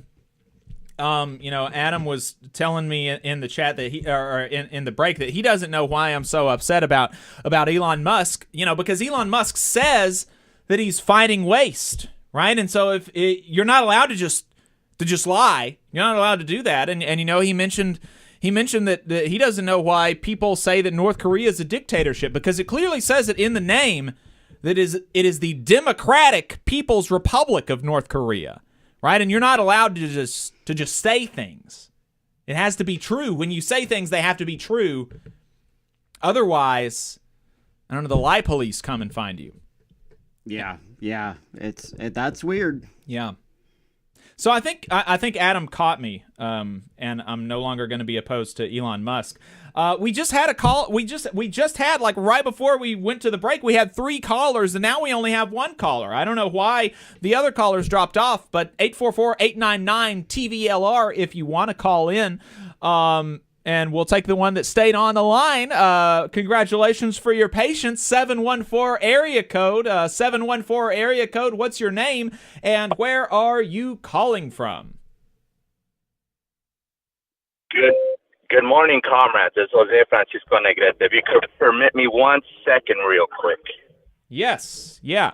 Okay. Can you? Yeah, I can hear you. Yes. Good morning. I hope everybody's doing good.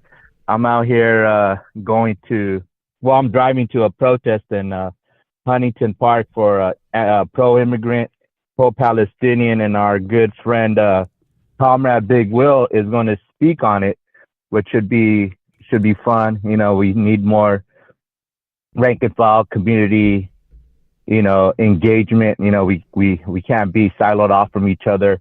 We're all in one. We all live in these communities. We all need to be part of the organizing which is going on right here. If our unions are not going to do it, the rank and file need to pick up the hammer and start building, because we need to build some sort of bridges of solidarity, because we see what's going on right now with the president, attacking labor, and he has his one of the oligarchies in there. Plus, there's more oligarchies that are playing a pivotal role in the destruction, dismantling, and the austerity measures right now that's happening in our country. I just want to give a few little actions that's happening tomorrow at the Federal Building in downtown LA in 300 North LA Street, zip code 912. There will be a letter carrier and federal employee rally. So if you're labor, we need to be out there. Who's scheduled to be there is going to be the National Letter Carriers Association President Brian Renfro is going to be there. NALC LA Branch 24 President Larry Brown, AFGE President Everett Kelly is also going to partake. So if any of the rank and file letter carriers are going to be there, the National Letter Carriers Fighting Association, the union, I forgot the name. They're going to be there. I want to be there. Hopefully we could connect. I want to be wearing a big white and black Teamster shirt. You'll be able to see the logo on the back because it's pretty big. So I'll be out there. Hopefully I could connect and hopefully build some bridges of solidarity as well. And in local 620, in local 623, Teamster Local 623 out there in Philadelphia on April 1st. And this is not a joke, but on April 1st, Not Fooling Around rally from 7 to 9 a.m. on 15 East Oregon Avenue in Philadelphia. The rally will address the layoffs happening at UPS. They demand dignity, fair hours, and a change at UPS. Because right now at UPS, we're just seeing buildings being torn down to get automated. We're seeing sorts closed down. There's a sort that's going to be closed out here in Compton, which is the day sort, and it's closing on May 1st. May 1st. That's International Workers' Day.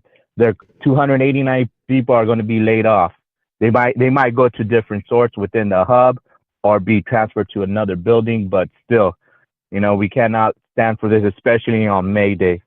And then next Sunday, March 30th, Teamster Mobilize, we're going to have a general meeting to discuss our demands for the 2026 IBT election, because it's coming up soon enough. You could go on the link bit.ly/TM-16. So we're gonna be doing that. And I just saw that our president did a State of the Union.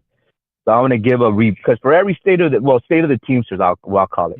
So every State of the Union, there's a rebuttal. So I want to try to give my best rebuttal, which is the rank and file rebuttal. Well, there you go. He Jose, failed us. He failed us. Thank you. Yeah, absolutely. That all sounds good. If you're in the area, try to get to one of those. 844-899-TVLR is the phone number if you want to get where Jose was. 844-899-8857. While we're kind of reacting to the to stuff from listeners, and maybe we'll get another call here. I just wanted to, for the podcast audience who don't see the chat, while we're live, I wanted to bring you in on a conversation that was happening when we were talking to AFGE General Counsel Rashab Sanghvi. Rashab, was making an argument about the founders and the founders, being kind of anti-executive authority, generally speaking. And Rusty in the chat said, I love how people talk about, quote unquote, the founders like they were a monolith. They weren't, and they disagreed a lot, including on executive power. We are only bound by that to the extent we allow it. And, there's like a, that's true, right? I mean, obviously the founders, there is a certain level of like nonsensicalness to speak of the founders as a cohesive group. You obviously had like Thomas Paine and John Adams, like kind of like opposite ends of like, freedom and liberty and good things for working people, with Thomas Paine being more on the good end, John Adams being more on the bad end. And so I take that in stride, although I will say that I do think that kind of generally speaking, there is a level of like truth to what Rashab was saying, as far as, I do think it was more common than not that if you were to pick a founder at random, they would be kind of opposed to executive power, or like less inclined to support executive power over the power of the legislative because of their experience with the monarch. And so I think there's some level of, like, even as I recognize that, founders are not a monolith, I think there's some level of truth to that the founders were more generally opposed to kind of executive power.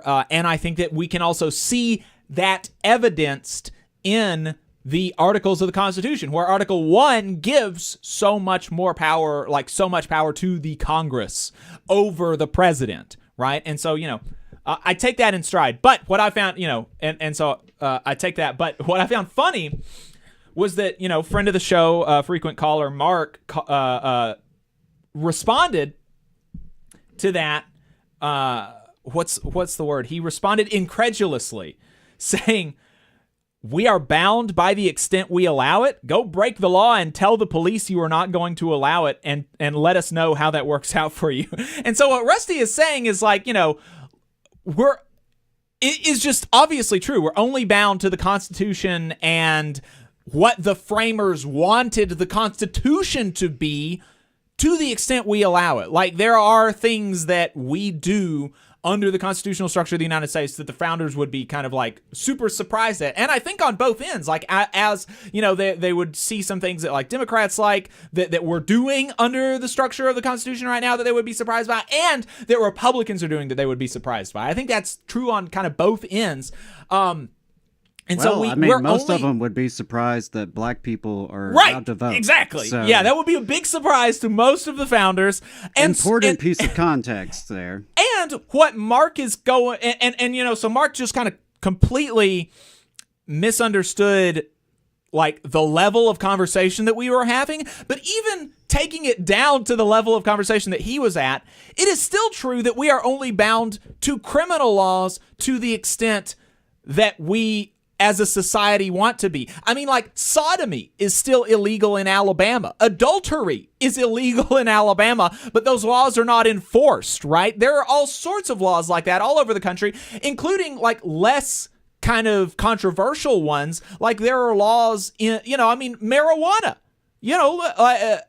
Marijuana is illegal in a lot of the country, and still in even places where it is illegal, you are much less likely to be arrested for that than you were in the past. I mean, I've talked to people who go into parking lots of manufacturing plants in rural Alabama, and people just sit outside in the parking lot after their shift smoking pot, like out in the open, like not concerned about their manager seeing them or the cops seeing them or anything. And so, even at the criminal level, like, yes, we are still only bound by the extent that we as a society, like the royal we, or is that the royal we? I don't know, but the collective we want to be. Yes, it's still true. And so they kind of go back and forth, and Rusty like responds incredulously to Mark's incredulousness, because Rusty's just confused now. He's like, what, is that what I said? Is that like you can just as an individual break a law because you don't want to be bound by it?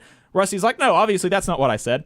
And then Mark said, you think you are above the law, break it, and you are in for a rude awakening, which is like not what we're talking about. I mean, it's not even a political disagreement so much as it is like a reading comprehension disagreement. Rusty said, you can't read. I was talking about the Constitution. People violate the Constitution every day, including elected officials, and get away with it. Not sure what you are talking about. And so Rusty continues, what I said was, we are bound by what, quote unquote, the founders thought to the extent we allow it, meaning there are mechanisms to change it, albeit they are unrealistic right now. Reading comprehension is important and severely lacking in some. And so Mark says, if you don't think people are judged, look up how many people are in prison. It's like, oh boy. We have strange conversations in our chat sometimes, that's for sure. So, when it comes to being above the law, we'll pray for you. And and then Mark starts talking about the supremacy clause and starts talking about how federal laws supersede state laws. And it's like, no one was talking about state laws. We were talking about the separation of powers within the federal government. Yeah. So, very, very funny conversations in the chat, and I enjoyed it, and I appreciate it. So, yeah, keep it going. Keep it coming. So we have at 11:40, we've got our guests from the international unions coming on to talk to us. So if anybody else wants to call in the meantime, 844-899-TVLR is the phone number, 844-899-8857. Let's talk about... Well, before you do, I do want to say I'm really excited to have international guests on the show, because international solidarity is really, really important right now. Something Jose mentioned about in his call was about an immigration rally, and I was honored to speak at the Alabama Coalition for Immigrant Justice and other groups organized a rally at the State House in Montgomery this past week, and I was honored to speak there as someone who is a unionist who believes that we must choose solidarity over bigotry, right? That is, to me, the path that we have to pick. We have to stick together as working people and not be divided by race or gender or, national origin or the language we speak. We may not all look the same. We may not all talk the same. But at the end of the day, most folks are working class people. Most people do not own capital. They have to work for a living. They have to, actually sell their labor. And that's what powers our economy. And so it's really important, I think, that working people have solidarity across national borders, because what happens around the world does impact us. We've seen the way outsourcing has really been a problem here in the United States. A lot of manufacturing industries outsourced a lot of jobs over the last few decades to other countries. But we've also seen the way some of these free trade deals have also hurt those countries as well, right? Like NAFTA was devastating to the agricultural sector in Mexico and contributed to mass migration. And that's something else that I think we don't talk about a lot is why do so many people immigrate? Like, why is migration such a thing? And now migration's always been a part of human history. As long as we've been on this planet, we have moved around, right? So this idea that powerful people draw lines on a map and we're all going to stay within those confines is not realistic compared to the broad scope of human history. But we do have to wonder, why do so many people have to flee their homes, particularly in Latin America, and look for a better life elsewhere and take a really dangerous journey, a really take all kinds of risk to make it here, to live here, often in pretty terrible conditions. It's not like things are all gravy when they get here. Typically they're working the worst jobs in some of the worst living conditions, and contrary to popular belief, they are not just given massive amounts of welfare or anything like that, once people arrive here immigrating, whatever, their path may be. But, that's something we don't think about, is why is that a necessity for so many people? Because I think it's heartbreaking, really, that so many people do feel like they have to flee their home just to be able to take care of their families, right? I don't think that should be necessary. And I mean, that's something that resonates with me as an Alabamian, because I've often thought about leaving Alabama because I know the quality of life is better almost anywhere else in the United States. But I shouldn't have to leave my home to have a decent quality of life for me and my family. And, but that brings up questions of foreign policy, of free trade deals, the ways in which, United States policy has impacted these countries, typically in negative ways, and have driven people into these conditions, into the situation where they are willing to leave their home and uproot themselves and go to another country and risk all that entails. So, that's another conversation, but I do really think that it's just important that we as working people, we cannot give in to nationalism and xenophobia. And this has always been something that has plagued our labor movement. We've always had these internal divides in our movement. You can go back to the earliest days of the American Federation of Labor and the Knights of Labor, right, and debates about whether to include Asian immigrants and Mexican immigrants and things like that. Ultimately, our power is collective when working people stand together, because we're facing, ultimately the same corporations and billionaires.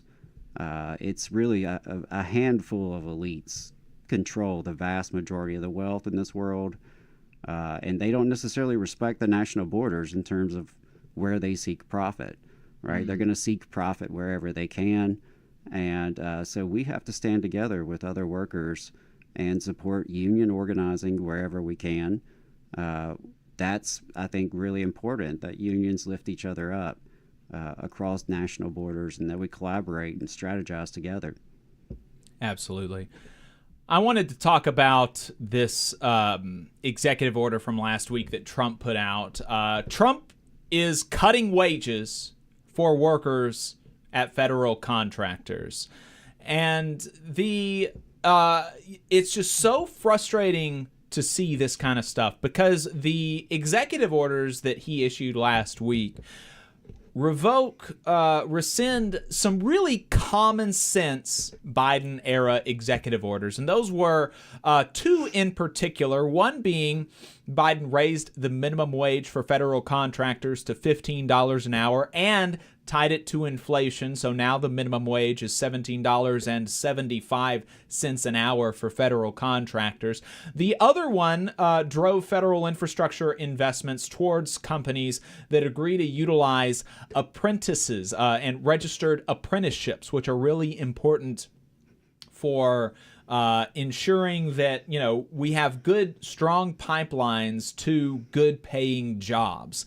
And it's so frustrating seeing this because that is such a common sense thing, that if our federal government, the government of the wealthiest nation in the history of the world, is going to be contracting out some of its functions, we need to make sure that we are not contracting out those functions to low road employers. We should have some level of standards for employers that contract with the federal government, and having a minimum wage of $17.75 really seems like a no-brainer sort of thing.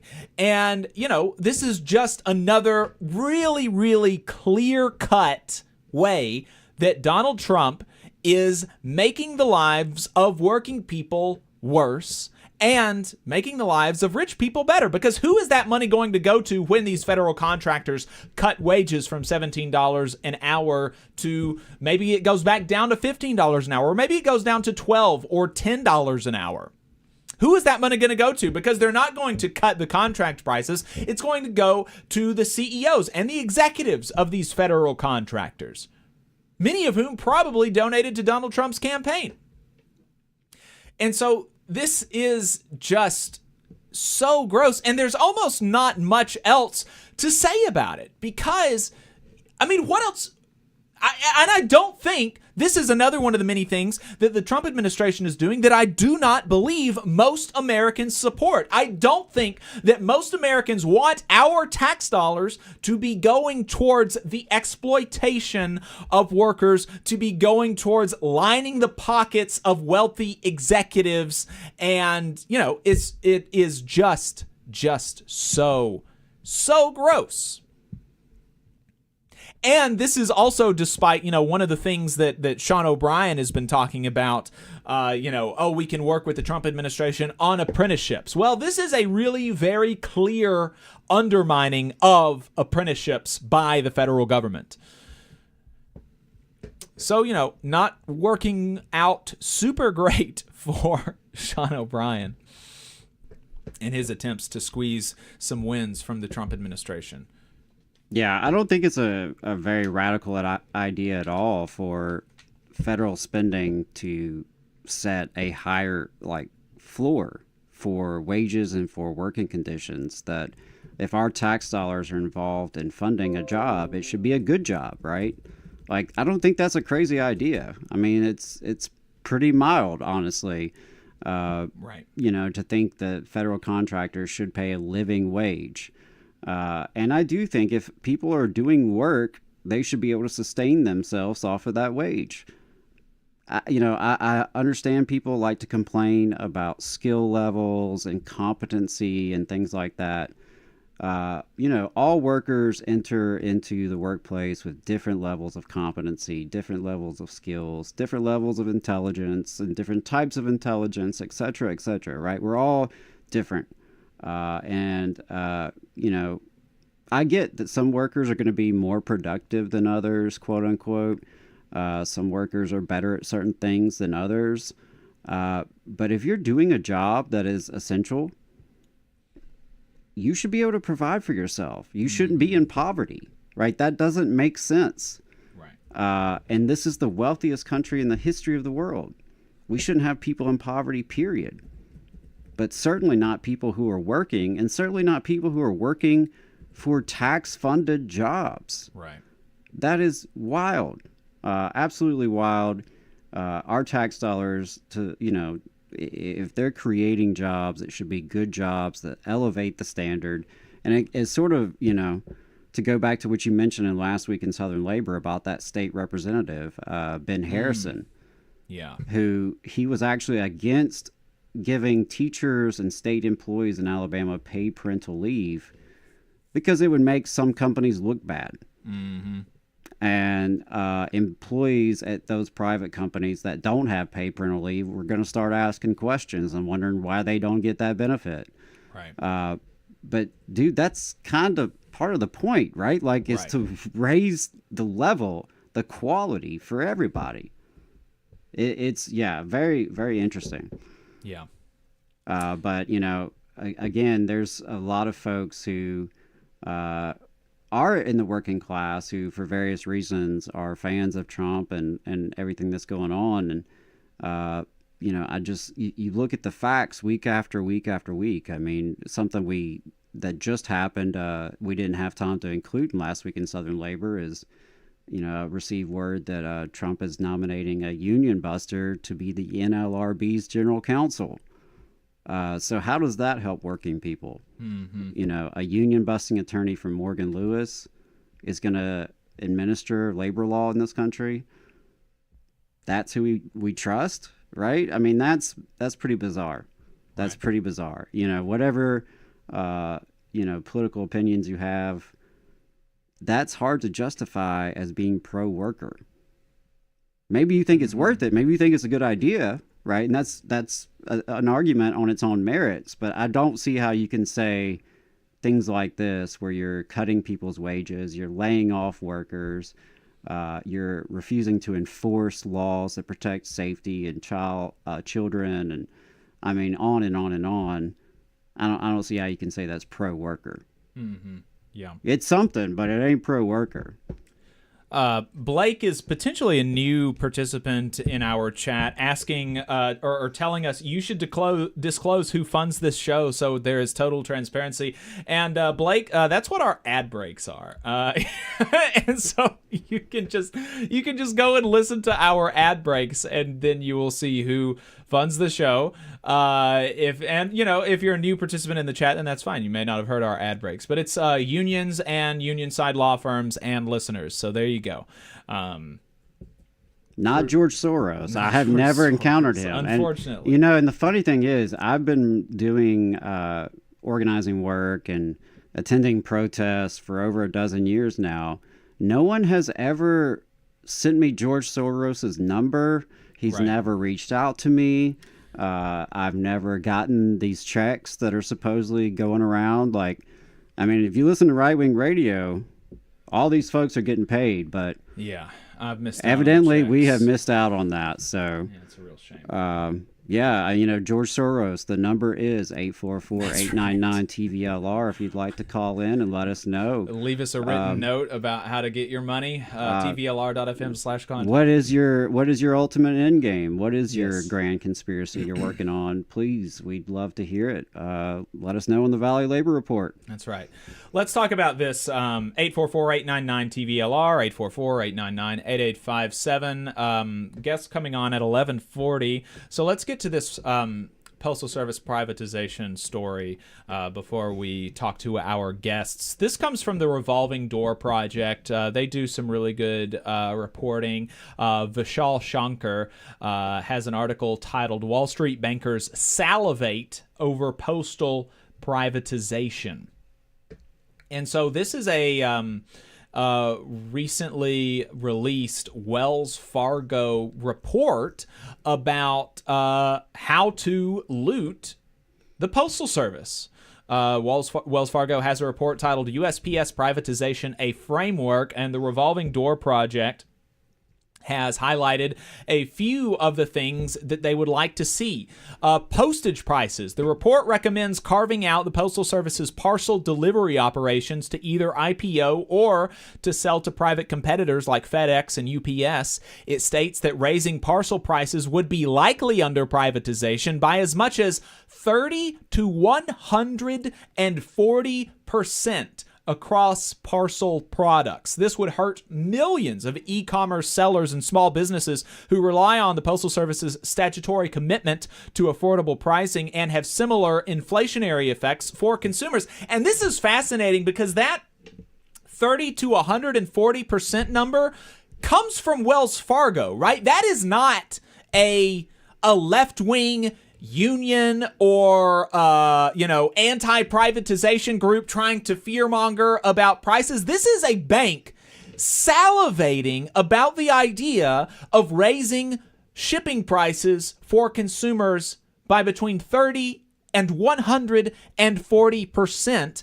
And that's something that we've been talking about when we've been talking about the threat of privatization, because not only would the Postal Service, or what remains of the Postal Service, see an increased price if you privatize it, it would also bring the rest of the market up with it, right? Because we have a public postal service that does not have to pay a profit tax to wealthy owners, we can have cheaper shipping. We can send a letter across the country for 70 cents. If we have to pay a profit tax to wealthy owners of the Postal Service, then we have to pay more for shipping.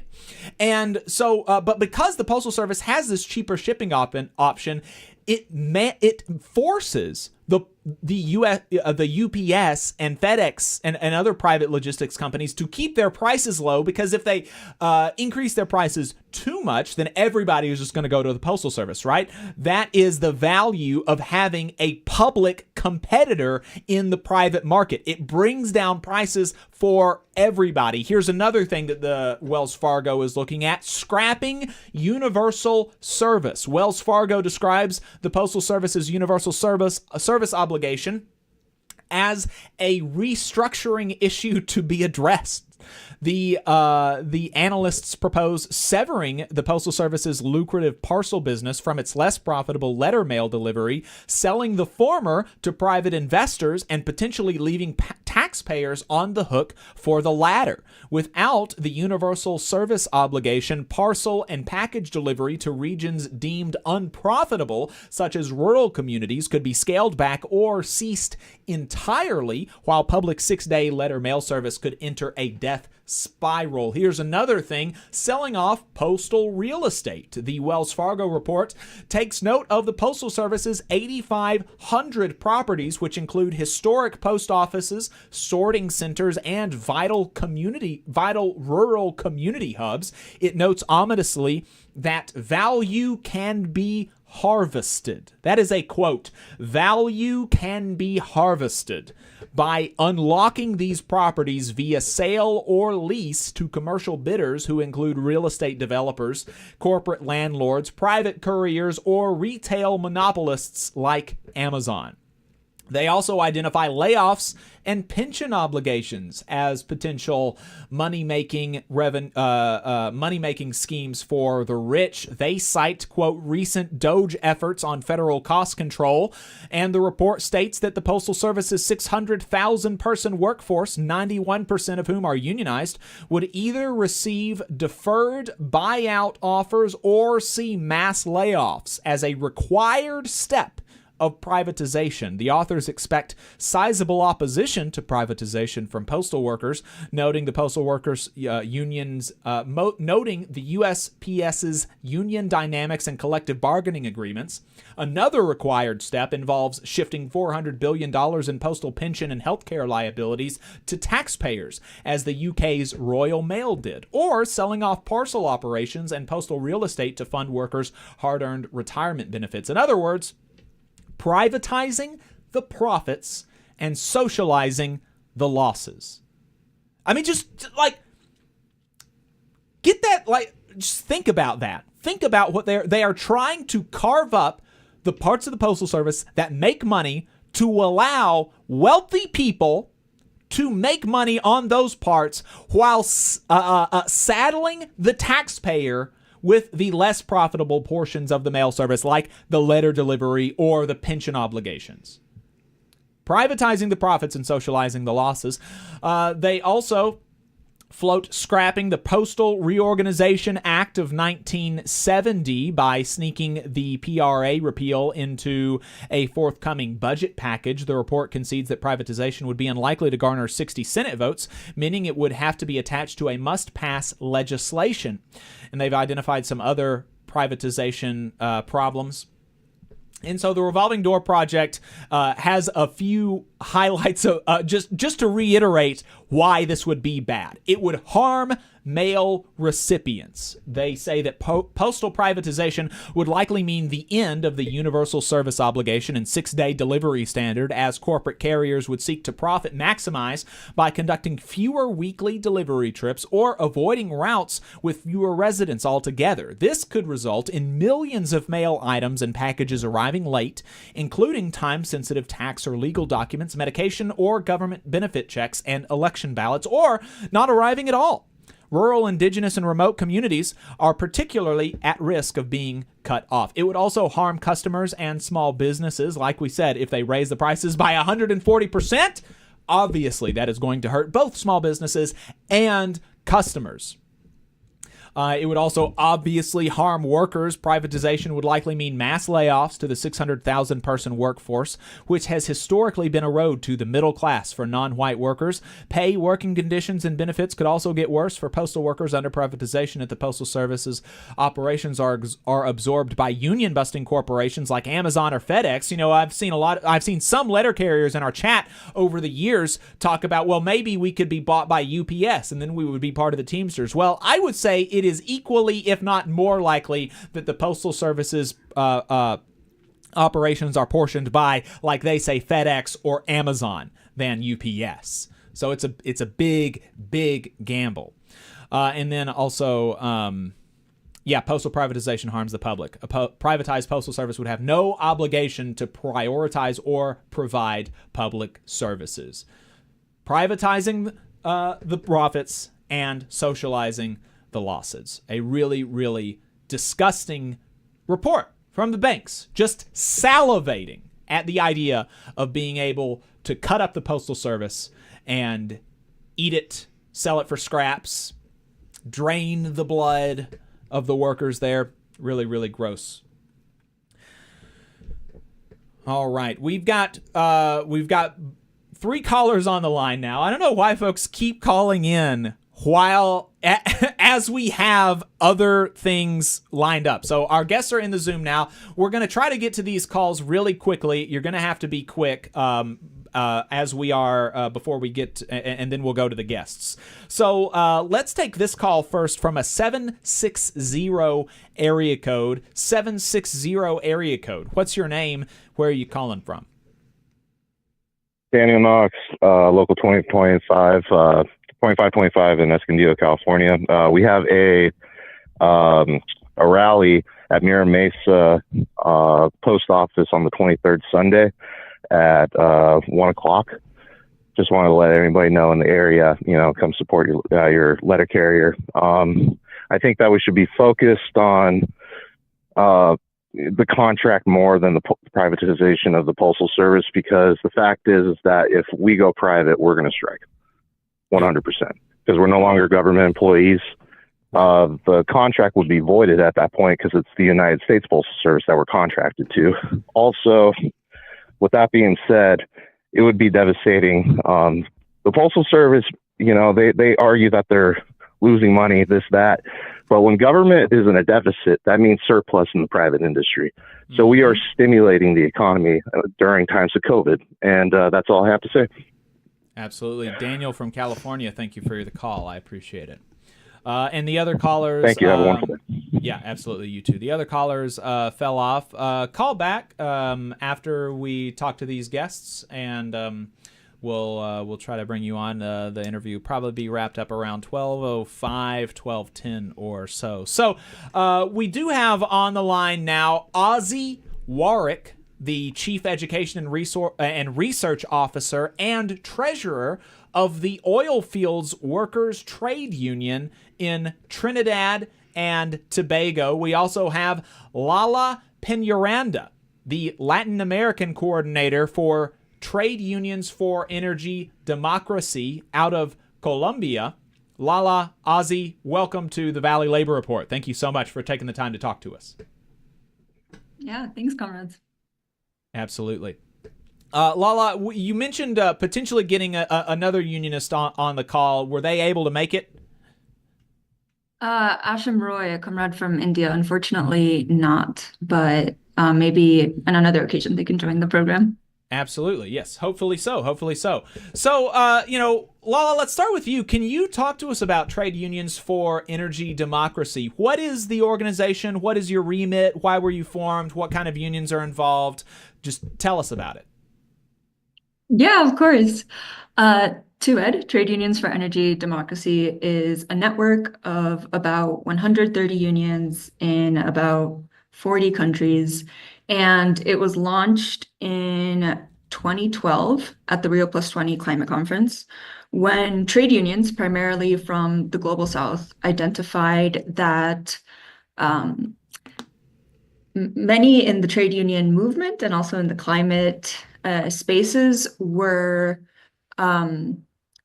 sort of excited at what was essentially a privatized to decarbonize agenda. You know, there was a lot of talk about getting trade unions a seat at the table, and that this was going to be an economic boom, a capitalist boom, and that everything that was green was going to lead to jobs and sort of economic growth.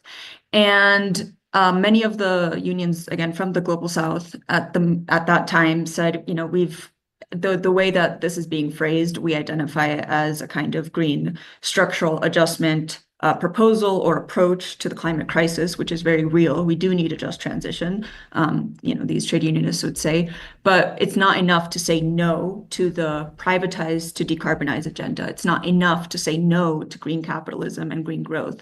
It's not enough to say no to the dismantling of sort of the traditional energy unions for deunionized renewable energy sectors. We need an alternative. We need an alternative that is coordinated, that is coherent, that is ambitious, and that has a vision, a political vision for our trade union international labor movement. And so TUED was born at that moment in 2012. It was born with about 15 unions, and we've grown to 130. TUED has essentially two pillars. The first is the defense of the public ownership of energy, and the second is the democratic control of that public ownership. So we know it's not enough to have public ownership, whether that is at the state level, municipal level, community level. It's not enough. We really need to make sure that these public companies are meeting their public mandate, are actually meeting the needs of the climate crisis, the working class, and workers. So that's TUED in a nutshell.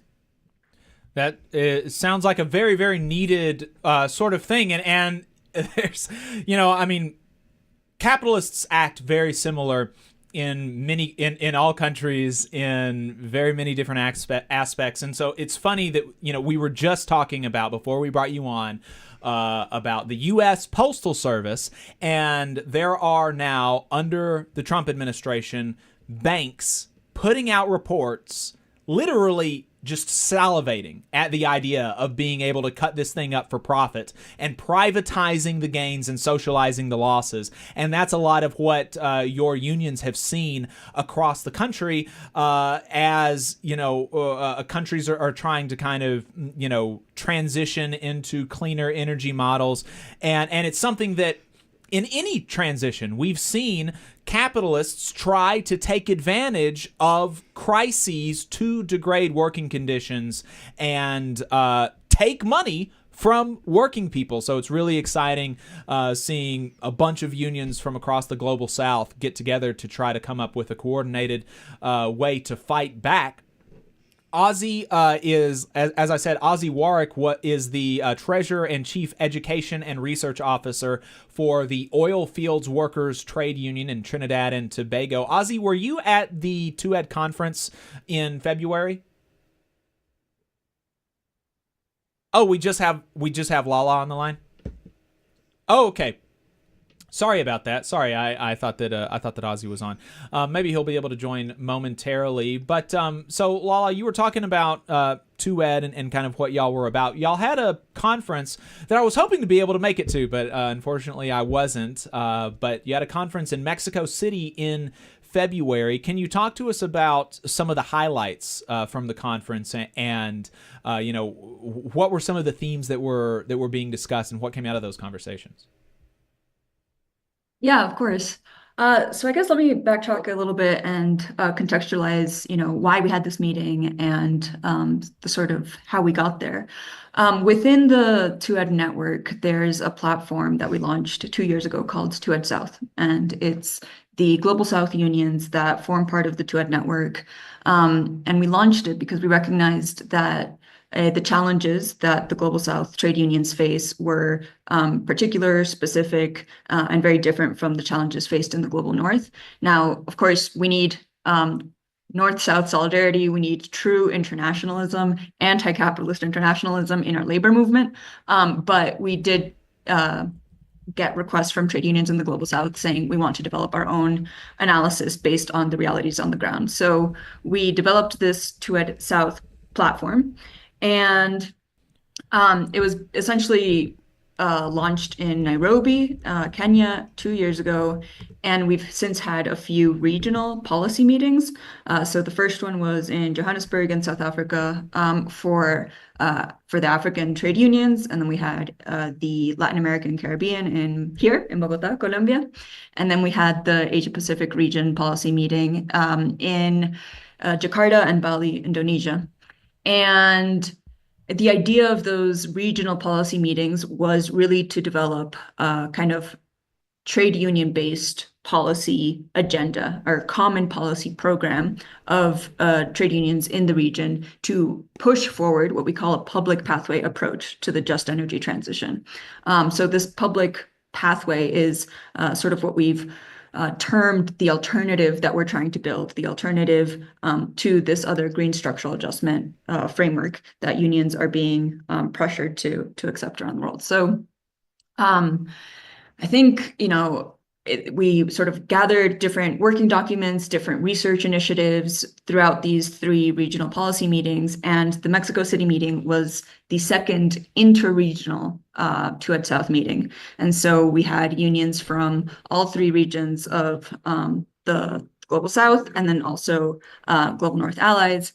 And it's such a shame that we couldn't have you there because it would have been awesome. But maybe next time. And the overall objective of the Mexico City interregional meeting was to essentially report back on what has been built over the past 2 years in the TUED South platform. And so there were sort of regional report backs, and there were report backs on campaigns to reclaim and restore public energy. And then we also had some specific sort of goals. One was to report back on the creation of a network called Red Capu, Red Camino Público, or the Public Pathway Network, which is a Latin America-based initiative of research centers that are formally allied to trade unions, and who are doing, the research centers are doing research on what it would mean to build a public pathway in their respective energy sector and in their respective country. So really getting down to the kind of nitty-gritty of what it means to build a public pathway in their countries, in their sectors. And again, these are research centers that are allied with trade unions, and so they have that confidence and that trust. And there's anyway, Red Capu basically reported back their first document, their first sort of findings after a year of collective research.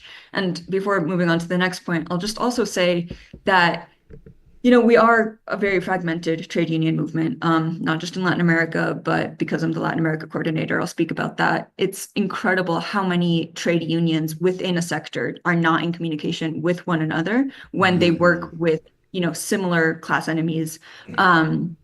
And the same was the case for research centers. So these are leftist, progressive, anti-capitalist research centers that work with trade unions and that really weren't in touch with one another. And so it's partly a product of also just like financing schemes and NGOs will ask a research center to produce a product, but it's not necessarily what is often most strategic for the trade union.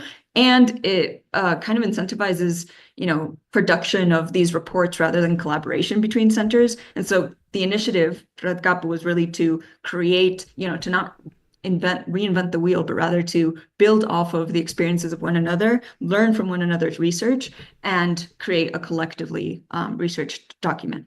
So that was one of the objectives. We did that, and Red Capu is now working on other research initiatives, including what a public pathway would look like in the Amazon, and we're going to present that at the COP30. So that was one. The other was the launch of the feminist initiative for a public pathway. So recognizing that, of course, there's a lot of sexism and patriarchy in the trade union movement, and that it's our responsibility as a collective international labor movement to fight against it, and also to have political education in the energy sector in particular, for our compañeras, for our women trade union comrades. And so we launched this initiative first to highlight how the neoliberal feminist approach has failed working class women around the world, and how that energy model has burdened working class women around the world first and foremost, but also what the feminist approach within the trade union movement would look like. And so we're launching a series of political education sessions this year around that. That was the second. The third was a coal phase down task force for Asia Pacific. So we're starting with just trade unions and research centers in Indonesia and India. And the idea of that task force is to research, in this incredibly coal-dependent region, what would it look like to have a planned pro-public phase down of coal, not one that creates a kind of shock to the system and to many communities that over decades have developed, have been imposed a dependency on coal, but rather to really plan and ensure that it's just. And so that was the third. We also had a soft launch of trade union support for oil, or for an energy embargo in solidarity with Palestine. So we're going to be meeting and contributing as unions to the call for this energy embargo, which is a campaign that already exists, and just sort of directing energy and prioritizing that as one of the most important internationalist struggles that unions are strategically positioned to actually, support. And as, for example, was the case with the Coal Workers Union in Colombia, Sintra Carbón, Colombia being a country that prohibited the export of our coal to Israel under the administration of Gustavo Petro. And there are a few other initiatives, but I guess I'll just close with one more, which was the collective working. So before every regional policy meeting, we try to have a document that sort of gathers the analysis, the most recent analysis that the network has had. And for the interregional, for this meeting in Mexico City, we developed the document called Towards a New International Energy Order. So playing on the kind of, new international economic order, but focused on energy and what it means to have this sort of South-South collaboration around the just transition at a time when the global North is really facing through right-wing administrations in particular, a kind of abandonment of climate goals, which, just to be clear, we're not being met anyway, but they're being abandoned sort of in a really drastic and dramatic way, as we see obviously under Trump, but also many other countries in the global North.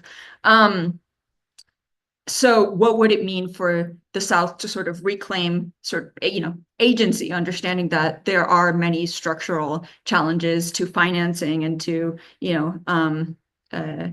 not becoming indebted in the process of actually building a just transition, but still not waiting on the global North to take this leadership. And so what would it mean to build that new international energy order that is so needed in this, climate crisis?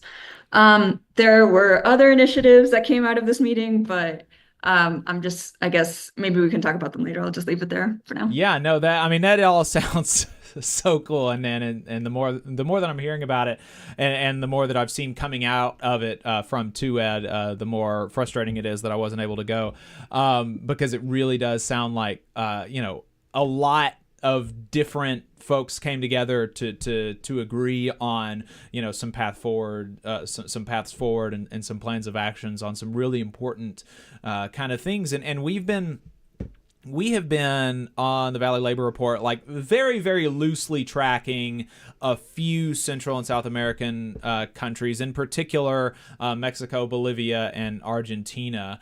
And, you know, those are some some very different situations right now. But the conference was held in Mexico City.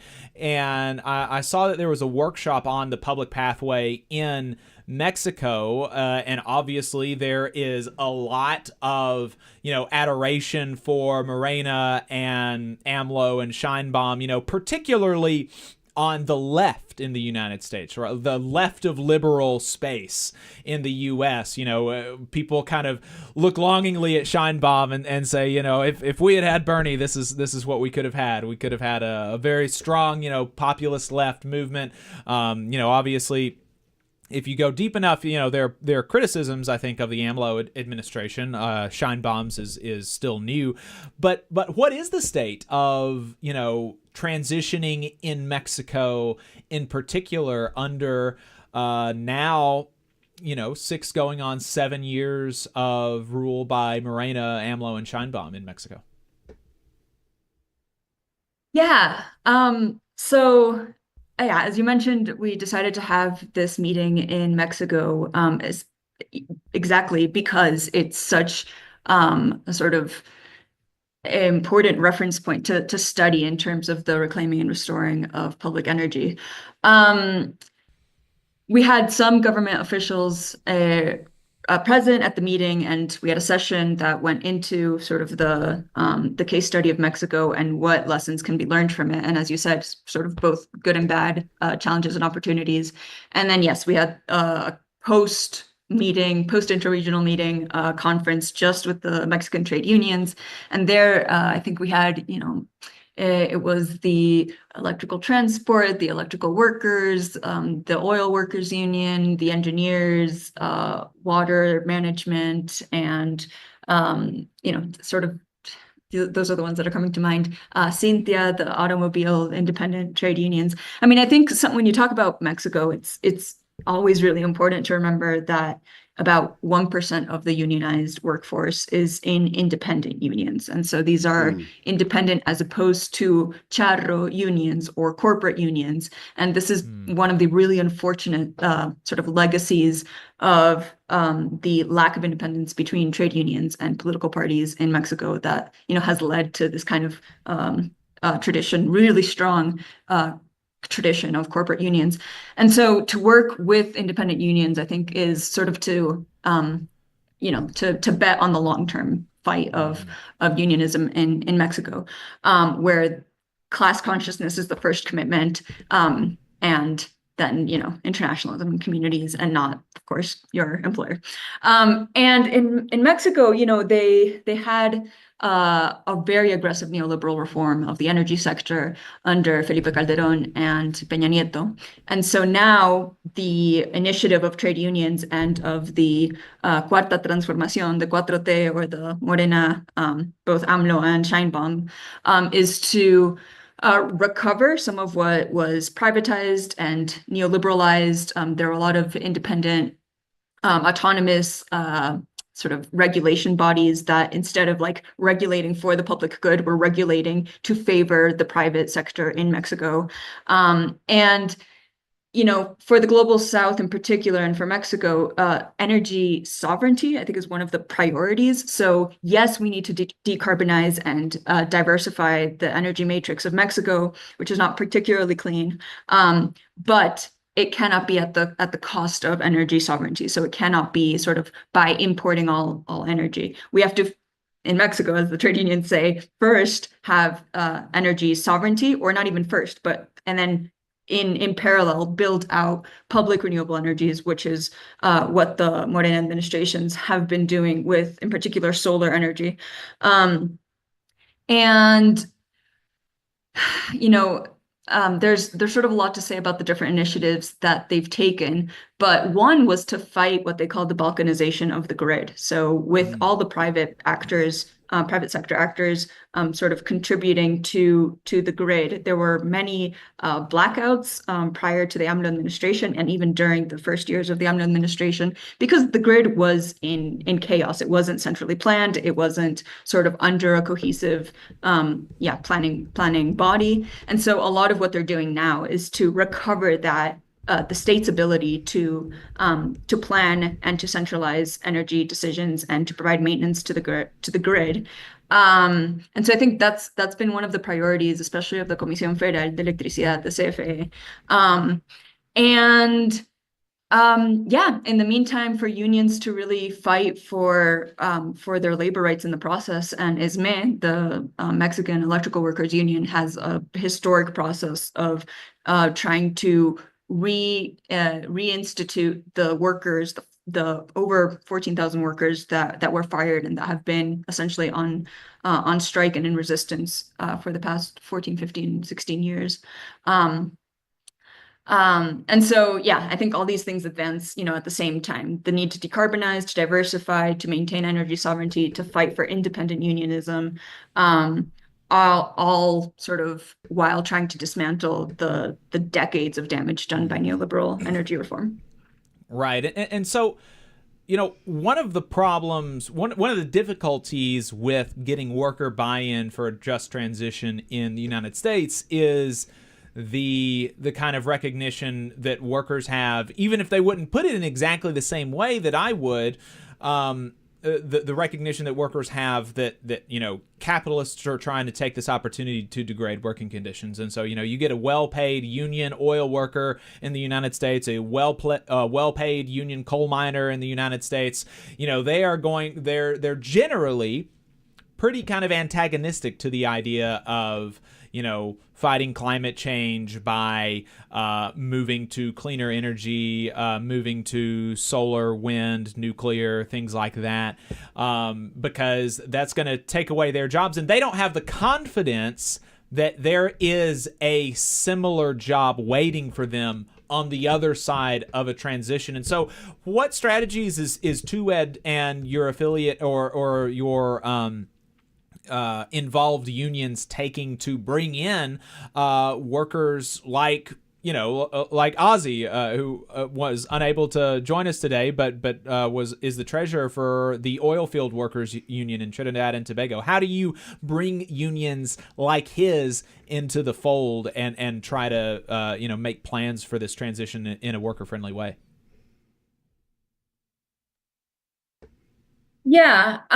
I guess the first thing is that sort of retraining programs and early retirement and skills sharing are often talked about in really abstract sort of we promise it down the line kinds of ways.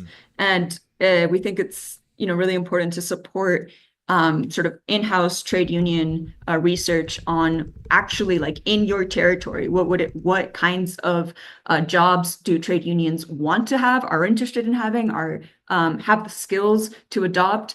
And I think there are some studies that can happen on a kind of sort of sector level of within the oil and gas sector, these jobs can be transferred to, or these skills can be transferred to these other jobs. But then there's the kind of on the ground reality.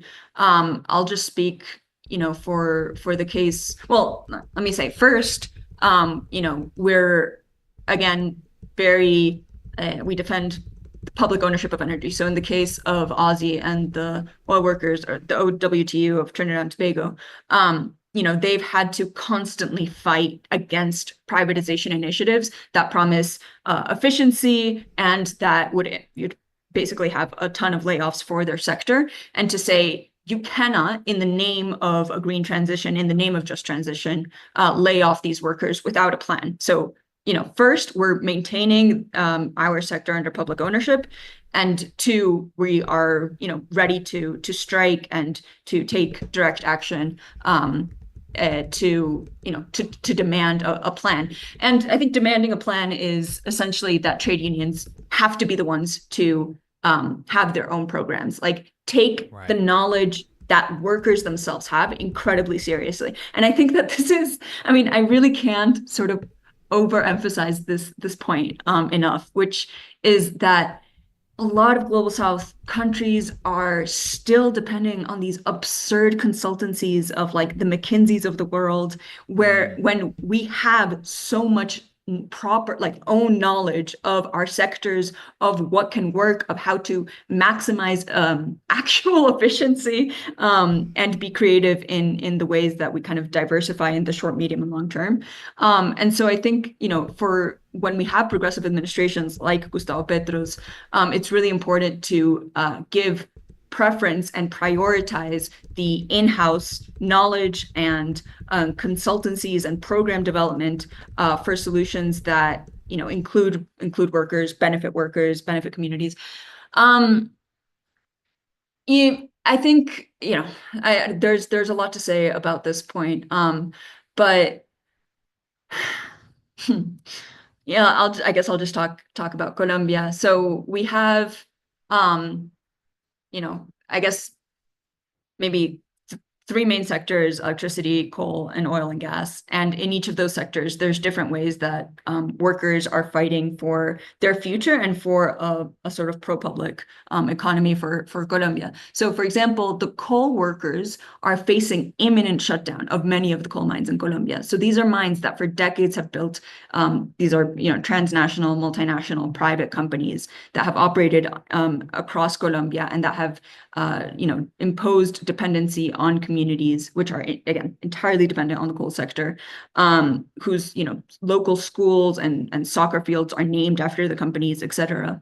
And so to not think about just like the shutdown of the mine and what to do with those workers, but to really think of it holistically as an ecosystem. And this ecosystem in Colombia, as in many countries, is sort of linked between different coal mines. And so you can talk about, as the Petro administration has done, a corridor, a mining corridor for life. And so to say we need a policy that is that of like economic support and agrarian reform and sort of local economic development for this entire chain, and not just for the coal workers, but for their families, for their communities, for their neighborhoods, for their schools, for, you know, and that's, I think, really one of the things that most moves trade unions. It's not just like the small sort of our jobs, which obviously is incredibly important, but even to think, even to dream even bigger and to say, actually, you know, what kind of community do I want 40 years down the line for, you know, for myself, but also for my children, for my grandchildren? What kind of economies do we want for our region? And so that's sort of the coal sector. And then there's also a fight to hold accountable these private multinational companies for the environmental disasters that they've left behind. And so there's a lot of sort of trade union fighting for justice and reparations in that sense, which has also really mobilized workers, because it's, you know, it's a fight also for recognition and resources to kind of be able to fight for environmental sustainability down the line.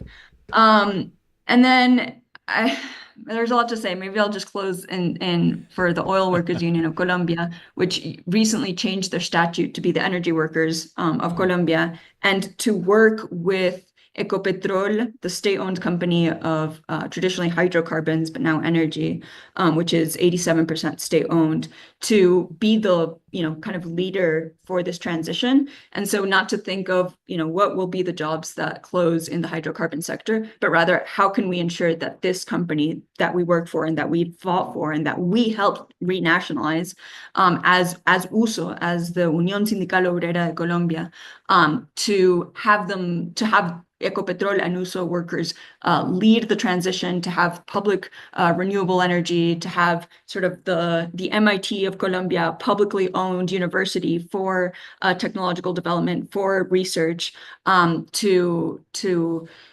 invest in petrochemicals and biofuels and sort of, you know, diversifying what Ecopetrol can produce. But really, again, defending jobs for sure, but then also thinking, you know, very ambitiously about, you know, what 10 demands sort of that everybody says that we're crazy for fighting for. Can we win? And I think that's how workers stay engaged. That's how we've been fighting with unions. And there's different fronts. There's the workplace front. There's the sort of social movement coalition front, which is really important. There's constitutional court fights like the ones in Indonesia to keep the electric power sector public.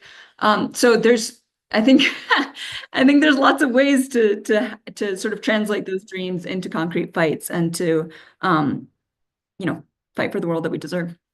Yeah, that's all. I mean, so exciting, and I wish we'll have to, obviously, you're going to have to get you back on. I mean, lots of really, really cool things, and I'm sure that you could spend an hour or two on any one of those topics that you just kind of briefly touched on. So maybe we can bring you on some other time to dive deeper into one of these things. But the keeping central the energy workers in like the decision making of their future, I think, is really, really important. And I think that there was a different future where the United States was also kind of in on that, where we had Wimpesinger leading the Machinists Union, we had Tony Mazzocchi leading the Oil, Chemical, and Atomic Workers Union, who were both fighting for Wimpesinger and the Machinists fighting for a just transition to a peace economy, while a lot of his members worked in defense, and Mazzocchi fighting for a just transition to a green energy economy, while most of his members were like oil field workers and stuff like that. And unfortunately, they were not as successful as they would have liked to have been. But really fascinating kind of pieces of history that are kind of playing out in other parts of the world right now, and hopefully we'll have a much better ending than Mazzocchi and Wimpesinger. So Lala, I guess as we're wrapping up here, is there anything else that you wanted to make sure that you left our audience with about what 2Ed is doing, or about any of the unions that you are involved with in the global South, and some of their stories? Anything that you want to make sure that you leave us with before we let you go? Sure, yeah. And thanks again for having me on. And it's a shame Ozzy couldn't join us. I think he's in a labor council right now, and so he's fighting the good fight, and hopefully he'll be able to join at another time. I think it's also important to remind our comrades in the U.S. that whenever there is a just transition discussion in Colombia's labor unions, but also around the world, they do honor that history and say just transition cannot be co-opted. We cannot allow it to be co-opted, as unfortunately it has been. This is our term. Our comrades in the United States fought for this, and it is in our tradition to fight for it, to maintain, to keep it as a class-based struggle, a class struggle. And so I think, to just share that inspiration of US-based workers still resonates and ignites workers around the world. And then to say that, how important it is to denaturalize this, the sort of profit-making element in the energy sector. I think when we're talking, if we take the climate crisis at face value, as urgent as it is, and the scale at which we need to very rapidly decarbonize, then we cannot responsibly, if we take the science seriously, leave this to the private sector. We cannot leave the equation to require profit making, profit maximizing. It is too important a fight.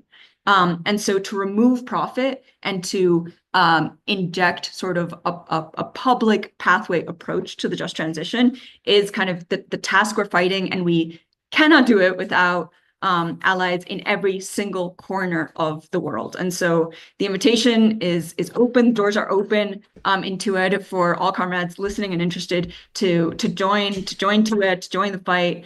And I think that, I'll leave it there. All right. Lala Piñaranda, Latin and Caribbean coordinator for the Trade Unions for Energy Democracy. Really appreciate your time. Maybe one day we'll be able to get you on I told you over text that my my aunt is from Colombia, and my uncle is very, very right wing, and so he was like, "Oh, Colombia, that's where the guerrillas have taken over, and it's all real terrible." So maybe we can have you sometime to just talk about how scary it is living under guerrilla rule in Colombia. I'd love to talk about that. Yeah. Fantastic, Lala. Really appreciate your time, and look forward to having you on again. Thanks, comrade. Ciao. All Bye. right.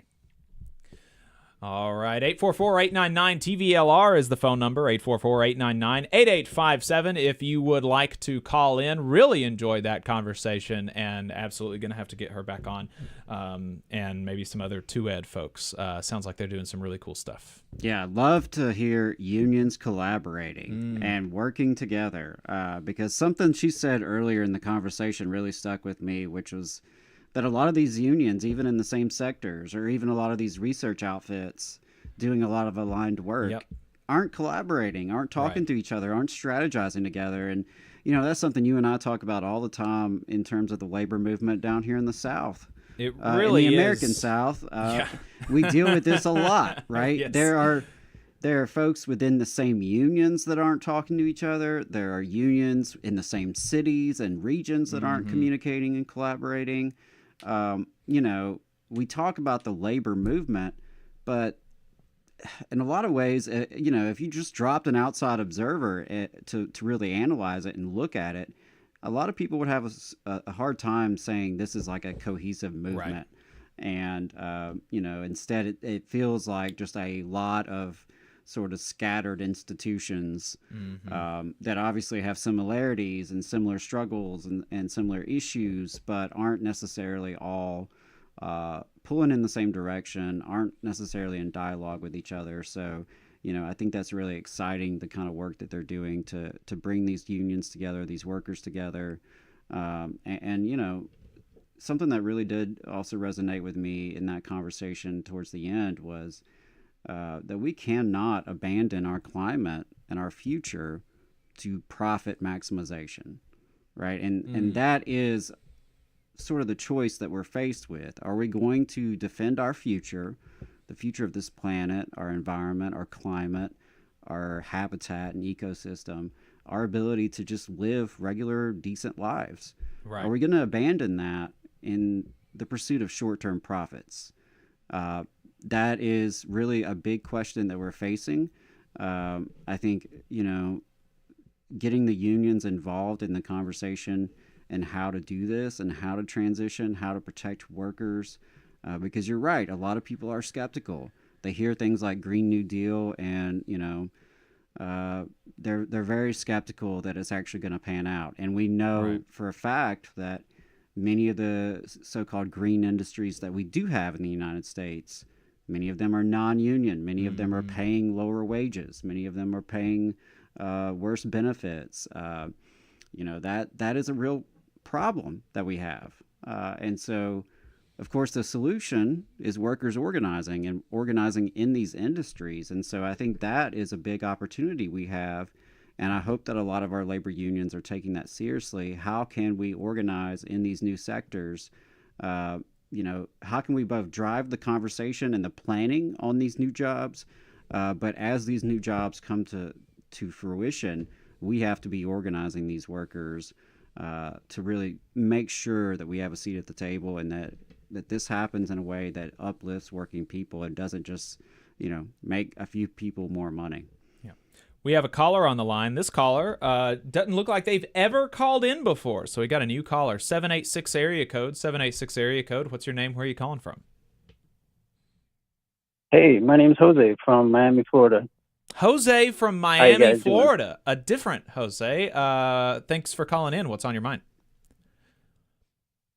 I really wanted to kind of piggyback off of what was just said about, you know, unions being siloed. In Miami being one of the most individualistic and capitalistic cities, I would argue, in the nation right now, my neighbors are very much siloed. No one talks to each other.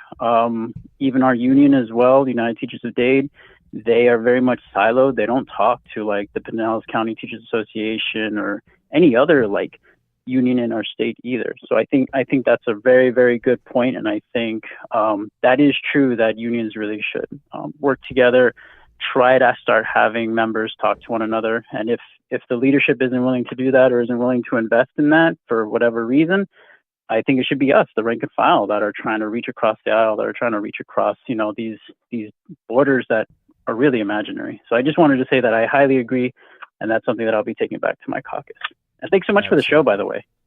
Thank you. Thanks for listening, Jose from Florida. Appreciate it. Yeah, and thanks for what you do as an educator, as a former educator. My heart goes out to you, and thanks for what you're doing in your union. Would encourage you and anyone listening to get involved in their local labor council, because those are institutions which, at least theoretically, are kind of set up to do this sort of thing, right? The idea is to get the different unions all in the same room, in the same organization, to have dialogue, to collaborate, to have common organizing plans, to have common communications plans, to really strategize together and build power together in a particular region. And, I think a lot of the local labor councils, the regional labor councils, CLCs, whatever, area foundation or federation, whatever they're called in your region, a lot of them need work. A lot of them need revitalization, needs new energy. And I think those are really critical institutions to rebuilding this movement and making it more of a movement, because, and it's tough because a lot of locals are just sort of scraping by, right? There are a lot of unions out there who are just kind of holding on for dear life. They're trying to protect the membership that they have. They're trying to hold on to the contracts that they have. They're dealing with right to work situation. So there's a lot of obstacles, I think, to that collaboration. Even those who are coming at it in good faith and would like to do so, right? There's a lot of difficulties in it. But what you said, Jose, really, really resonates in terms of rank and file workers leading the way to do that. We don't have to wait on our local president. We don't have to wait on our state federation president. We don't have to wait on these individuals. We as working people can start to build those relationships and grow that network and get more people involved. And, by doing so can kind of lead by example and hopefully push our leadership to move in the right direction as well. And, when that can't happen, that's when you run for office yourself. And I really encourage folks who are listening to consider running for union office, consider getting involved in your local or your state federation or your local labor council, whatever makes sense for you. But, find a role for you where you can get involved and can lead by example and make a difference. And in a lot of areas, it's as simple as just showing up, honestly. In some places, obviously, there are very, very competitive internal elections and entrenched leaders and things like that. But there's a lot of space out there for folks. If you're willing to show up, if you're willing to talk to people and have one-on-one conversations, and if you're willing to do the work, there's a lot of opportunity out there. And I would just encourage people listening to think about what you can do. Not everyone has to be an organizer. Not everyone has to be a media person, right? Whatever your skill set, whatever your talents, there's something that you can contribute to building a stronger, more democratic, more diverse labor movement that really is representative of the broad working class, because that's how we're going to actually fix these problems that we talk about every week, right? Whether it's billionaires dominating our government, oppressive laws that are targeting us for our speech and our freedom of assembly, the climate crisis, you could go on down the list. All of these issues, we need people power to resolve. We can't just wait around on the politicians and the billionaires to do right by us. Yeah. I think it's pretty clear if you look around, that's not the solution. The solution is people power. That's how we made progress in this country and in this state.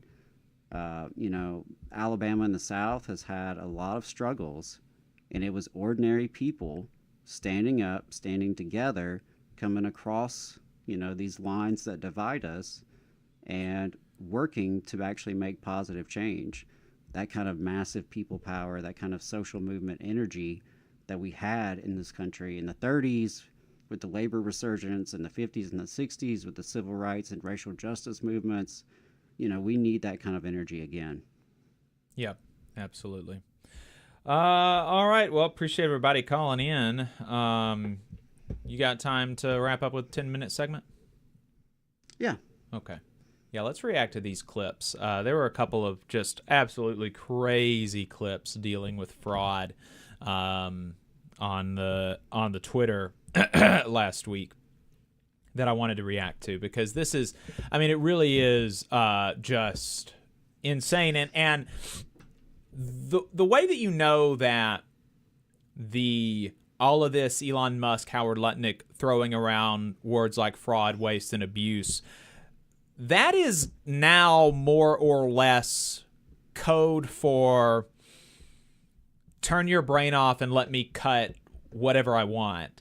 And it's meant to cover and meant to paint people who oppose these things as folks who are fighting in favor of fraud, waste, and abuse. But the reality is that fraud, waste, and abuse those are legal terms. And, I have taken, I handled money. I had to oversee the moving around of literally millions of dollars within the federal government.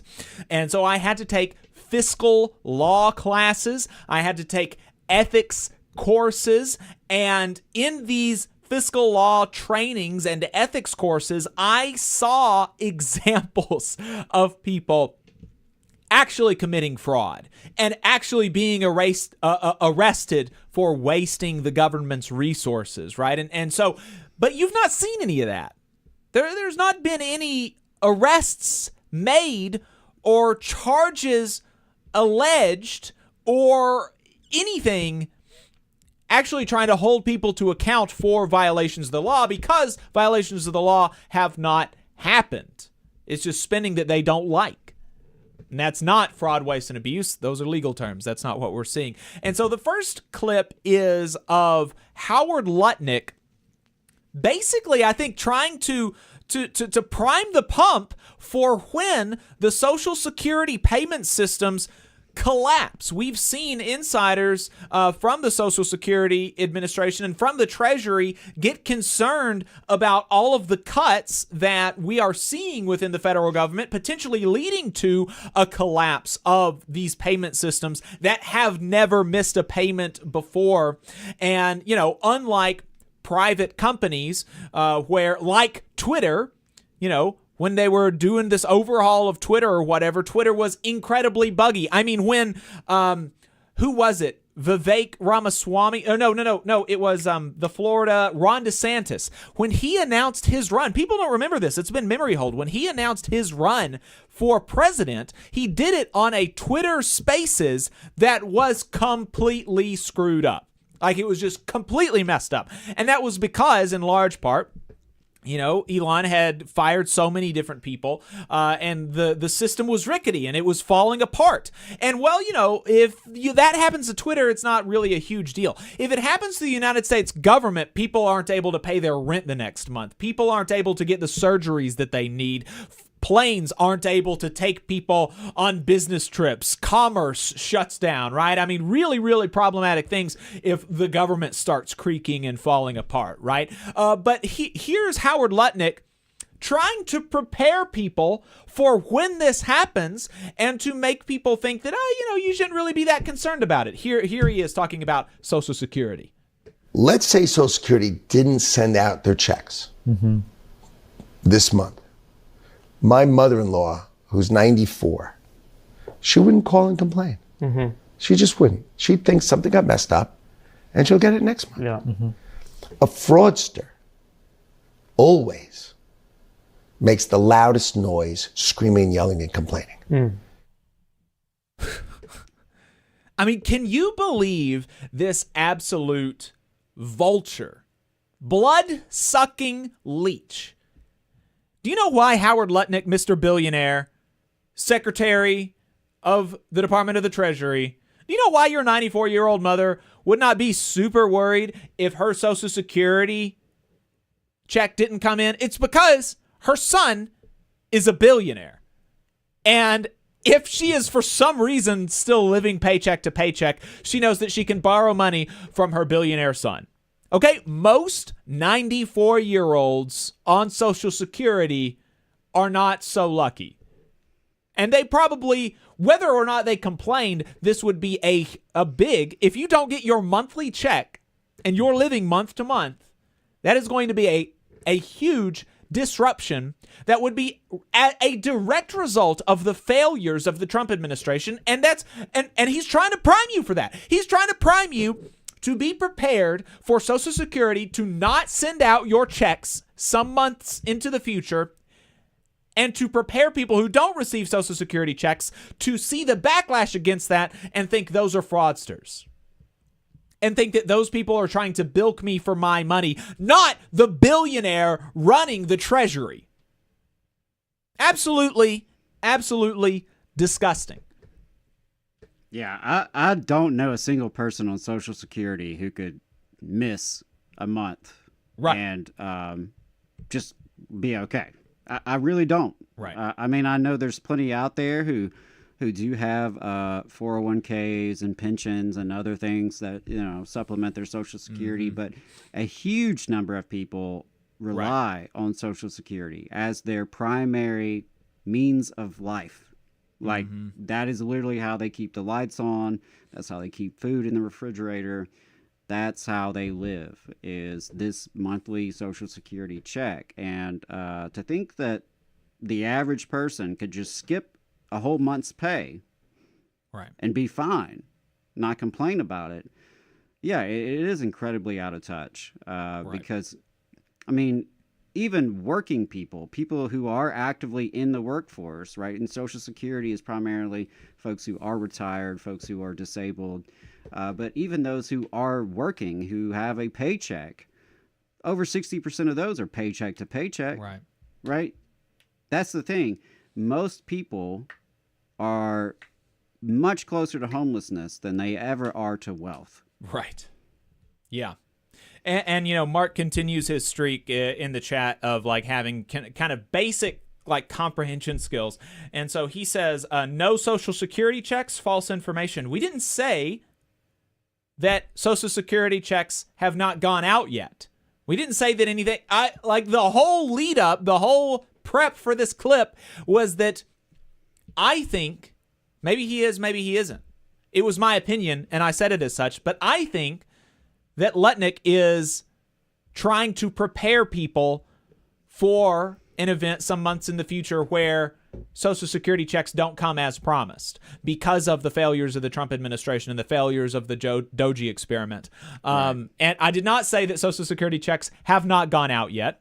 Right. Although there have already been discrete problems, it hasn't been a mass problem, but there have been people who have been identified in the Social Security system as dead who were not dead, and who Elon Musk revoked, not only stopped payments from going to this person, but pulled back payments going months retroactively out of this guy's bank account because he had incorrectly identified this person as dead. You can go and look that up. There haven't been mass problems yet, but there are already discrete examples like that. And there's more problems on the way because they are laying off workers at the Social Security Administration, which is already understaffed and overloaded, right? So it's going to be even more difficult to access the benefits that you have earned.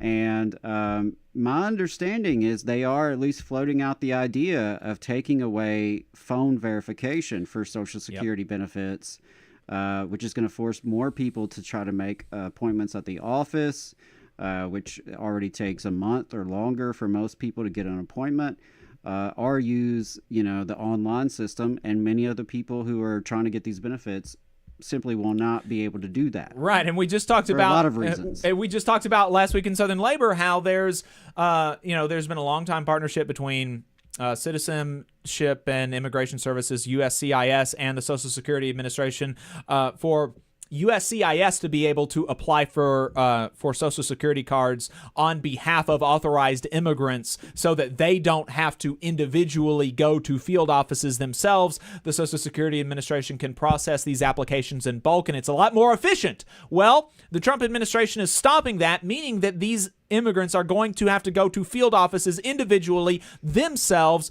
which could see as much as a 20 to 30% increase in foot traffic in Social Security field offices every single week, which will further delay other services from going out. And just to put a pin on this, the point about, fraud not existing within the federal government to the extent that Elon Musk wants people to believe. Here's a clip from CNN from Martin. I forget his last name. He wrote The Big Short or something like that. Okay. I don't remember his last name, but I recall the fella. So he makes a point about fraud in private companies versus the federal government. Let's listen to him. And I do think it's true that when people throw around insults about the federal bureaucrats, they're really revealing they don't know what goes on in the federal government. It's a mind-bendingly complicated place. It's doing lots of different things, some of them very well and some of them less well. When you go in, one of the things you notice is how hard fraud would be to perpetrate. Waste is different. Waste is a little complicated. And there are all sorts of inefficiencies that are not really the fault of the workers. It's more the fault of the structure of the system.